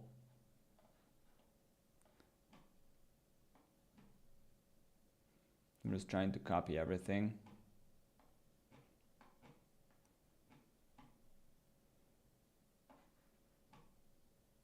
It's probably not going to be good, but we'll see. Yeah. Let's try that. Let's try just copying this thing. No, it wants to paste it in. Yeah, okay, so the PDF is shit because it doesn't understand. Yeah, see you, Camel, tomorrow. Or not tomorrow, we'll see you next week. So the PDF is shit because I cannot even put it into like a spreadsheet here. So that's that. But I think projects overall are like pretty cool. I really try to like break it. So for easier things, like what can you do with this? You can create projects, obviously for your projects, right? And then you can upload, let's say I have a, you know, like a prompt master membership, right? I have a project. And then I can add all my files. I can add some custom instructions, and any chat I do will appear here. So if I'm brainstorming on landing page, if I'm brainstorming on, I don't know, policies, even content, then I can put everything here. I can create this little, like I can change the color, which is pretty. So that's cool. And then after a while, you will have more and more of these chats here, and it's like it just helps you really organize things. And I think in the future, the things I've written down, like what will happen is that you'll be able to share these projects, so you can collaborate on projects with other people, either in your team or with outsiders like clients. So I think that would be great. It uses knowledge retrieval, so the files you upload is actually using a vector store, and it's actually pretty good. But with the files that I uploaded, that was like a badly structured file for this, so that was not ideal. I'm really curious to see how in the future we will be able to connect these to project management tools. So, and I think that also ties into the agentic thinking, that this project, whatever you change here, the agent that ChatGPT launches will actually be able to do the change in your project management software. So that is something that I'm really curious about. And then GPTs versus projects, they work the same way. So instructions and files, they're all the same. Projects are more structured. So maybe GPTs will kind of like roll out, but I think there will be more like renamed to agents. And then that way you will be able to configure their actions, because that's what they wanted to do with the Zapier AI actions. It just didn't work that reliably, so they kind of let that path go. But I think that was a really, really good direction. So yeah, this is my like my summary on this ChatGPT project. And I hope you guys also have it by now. And if you don't, then I hope you will get it as soon as possible.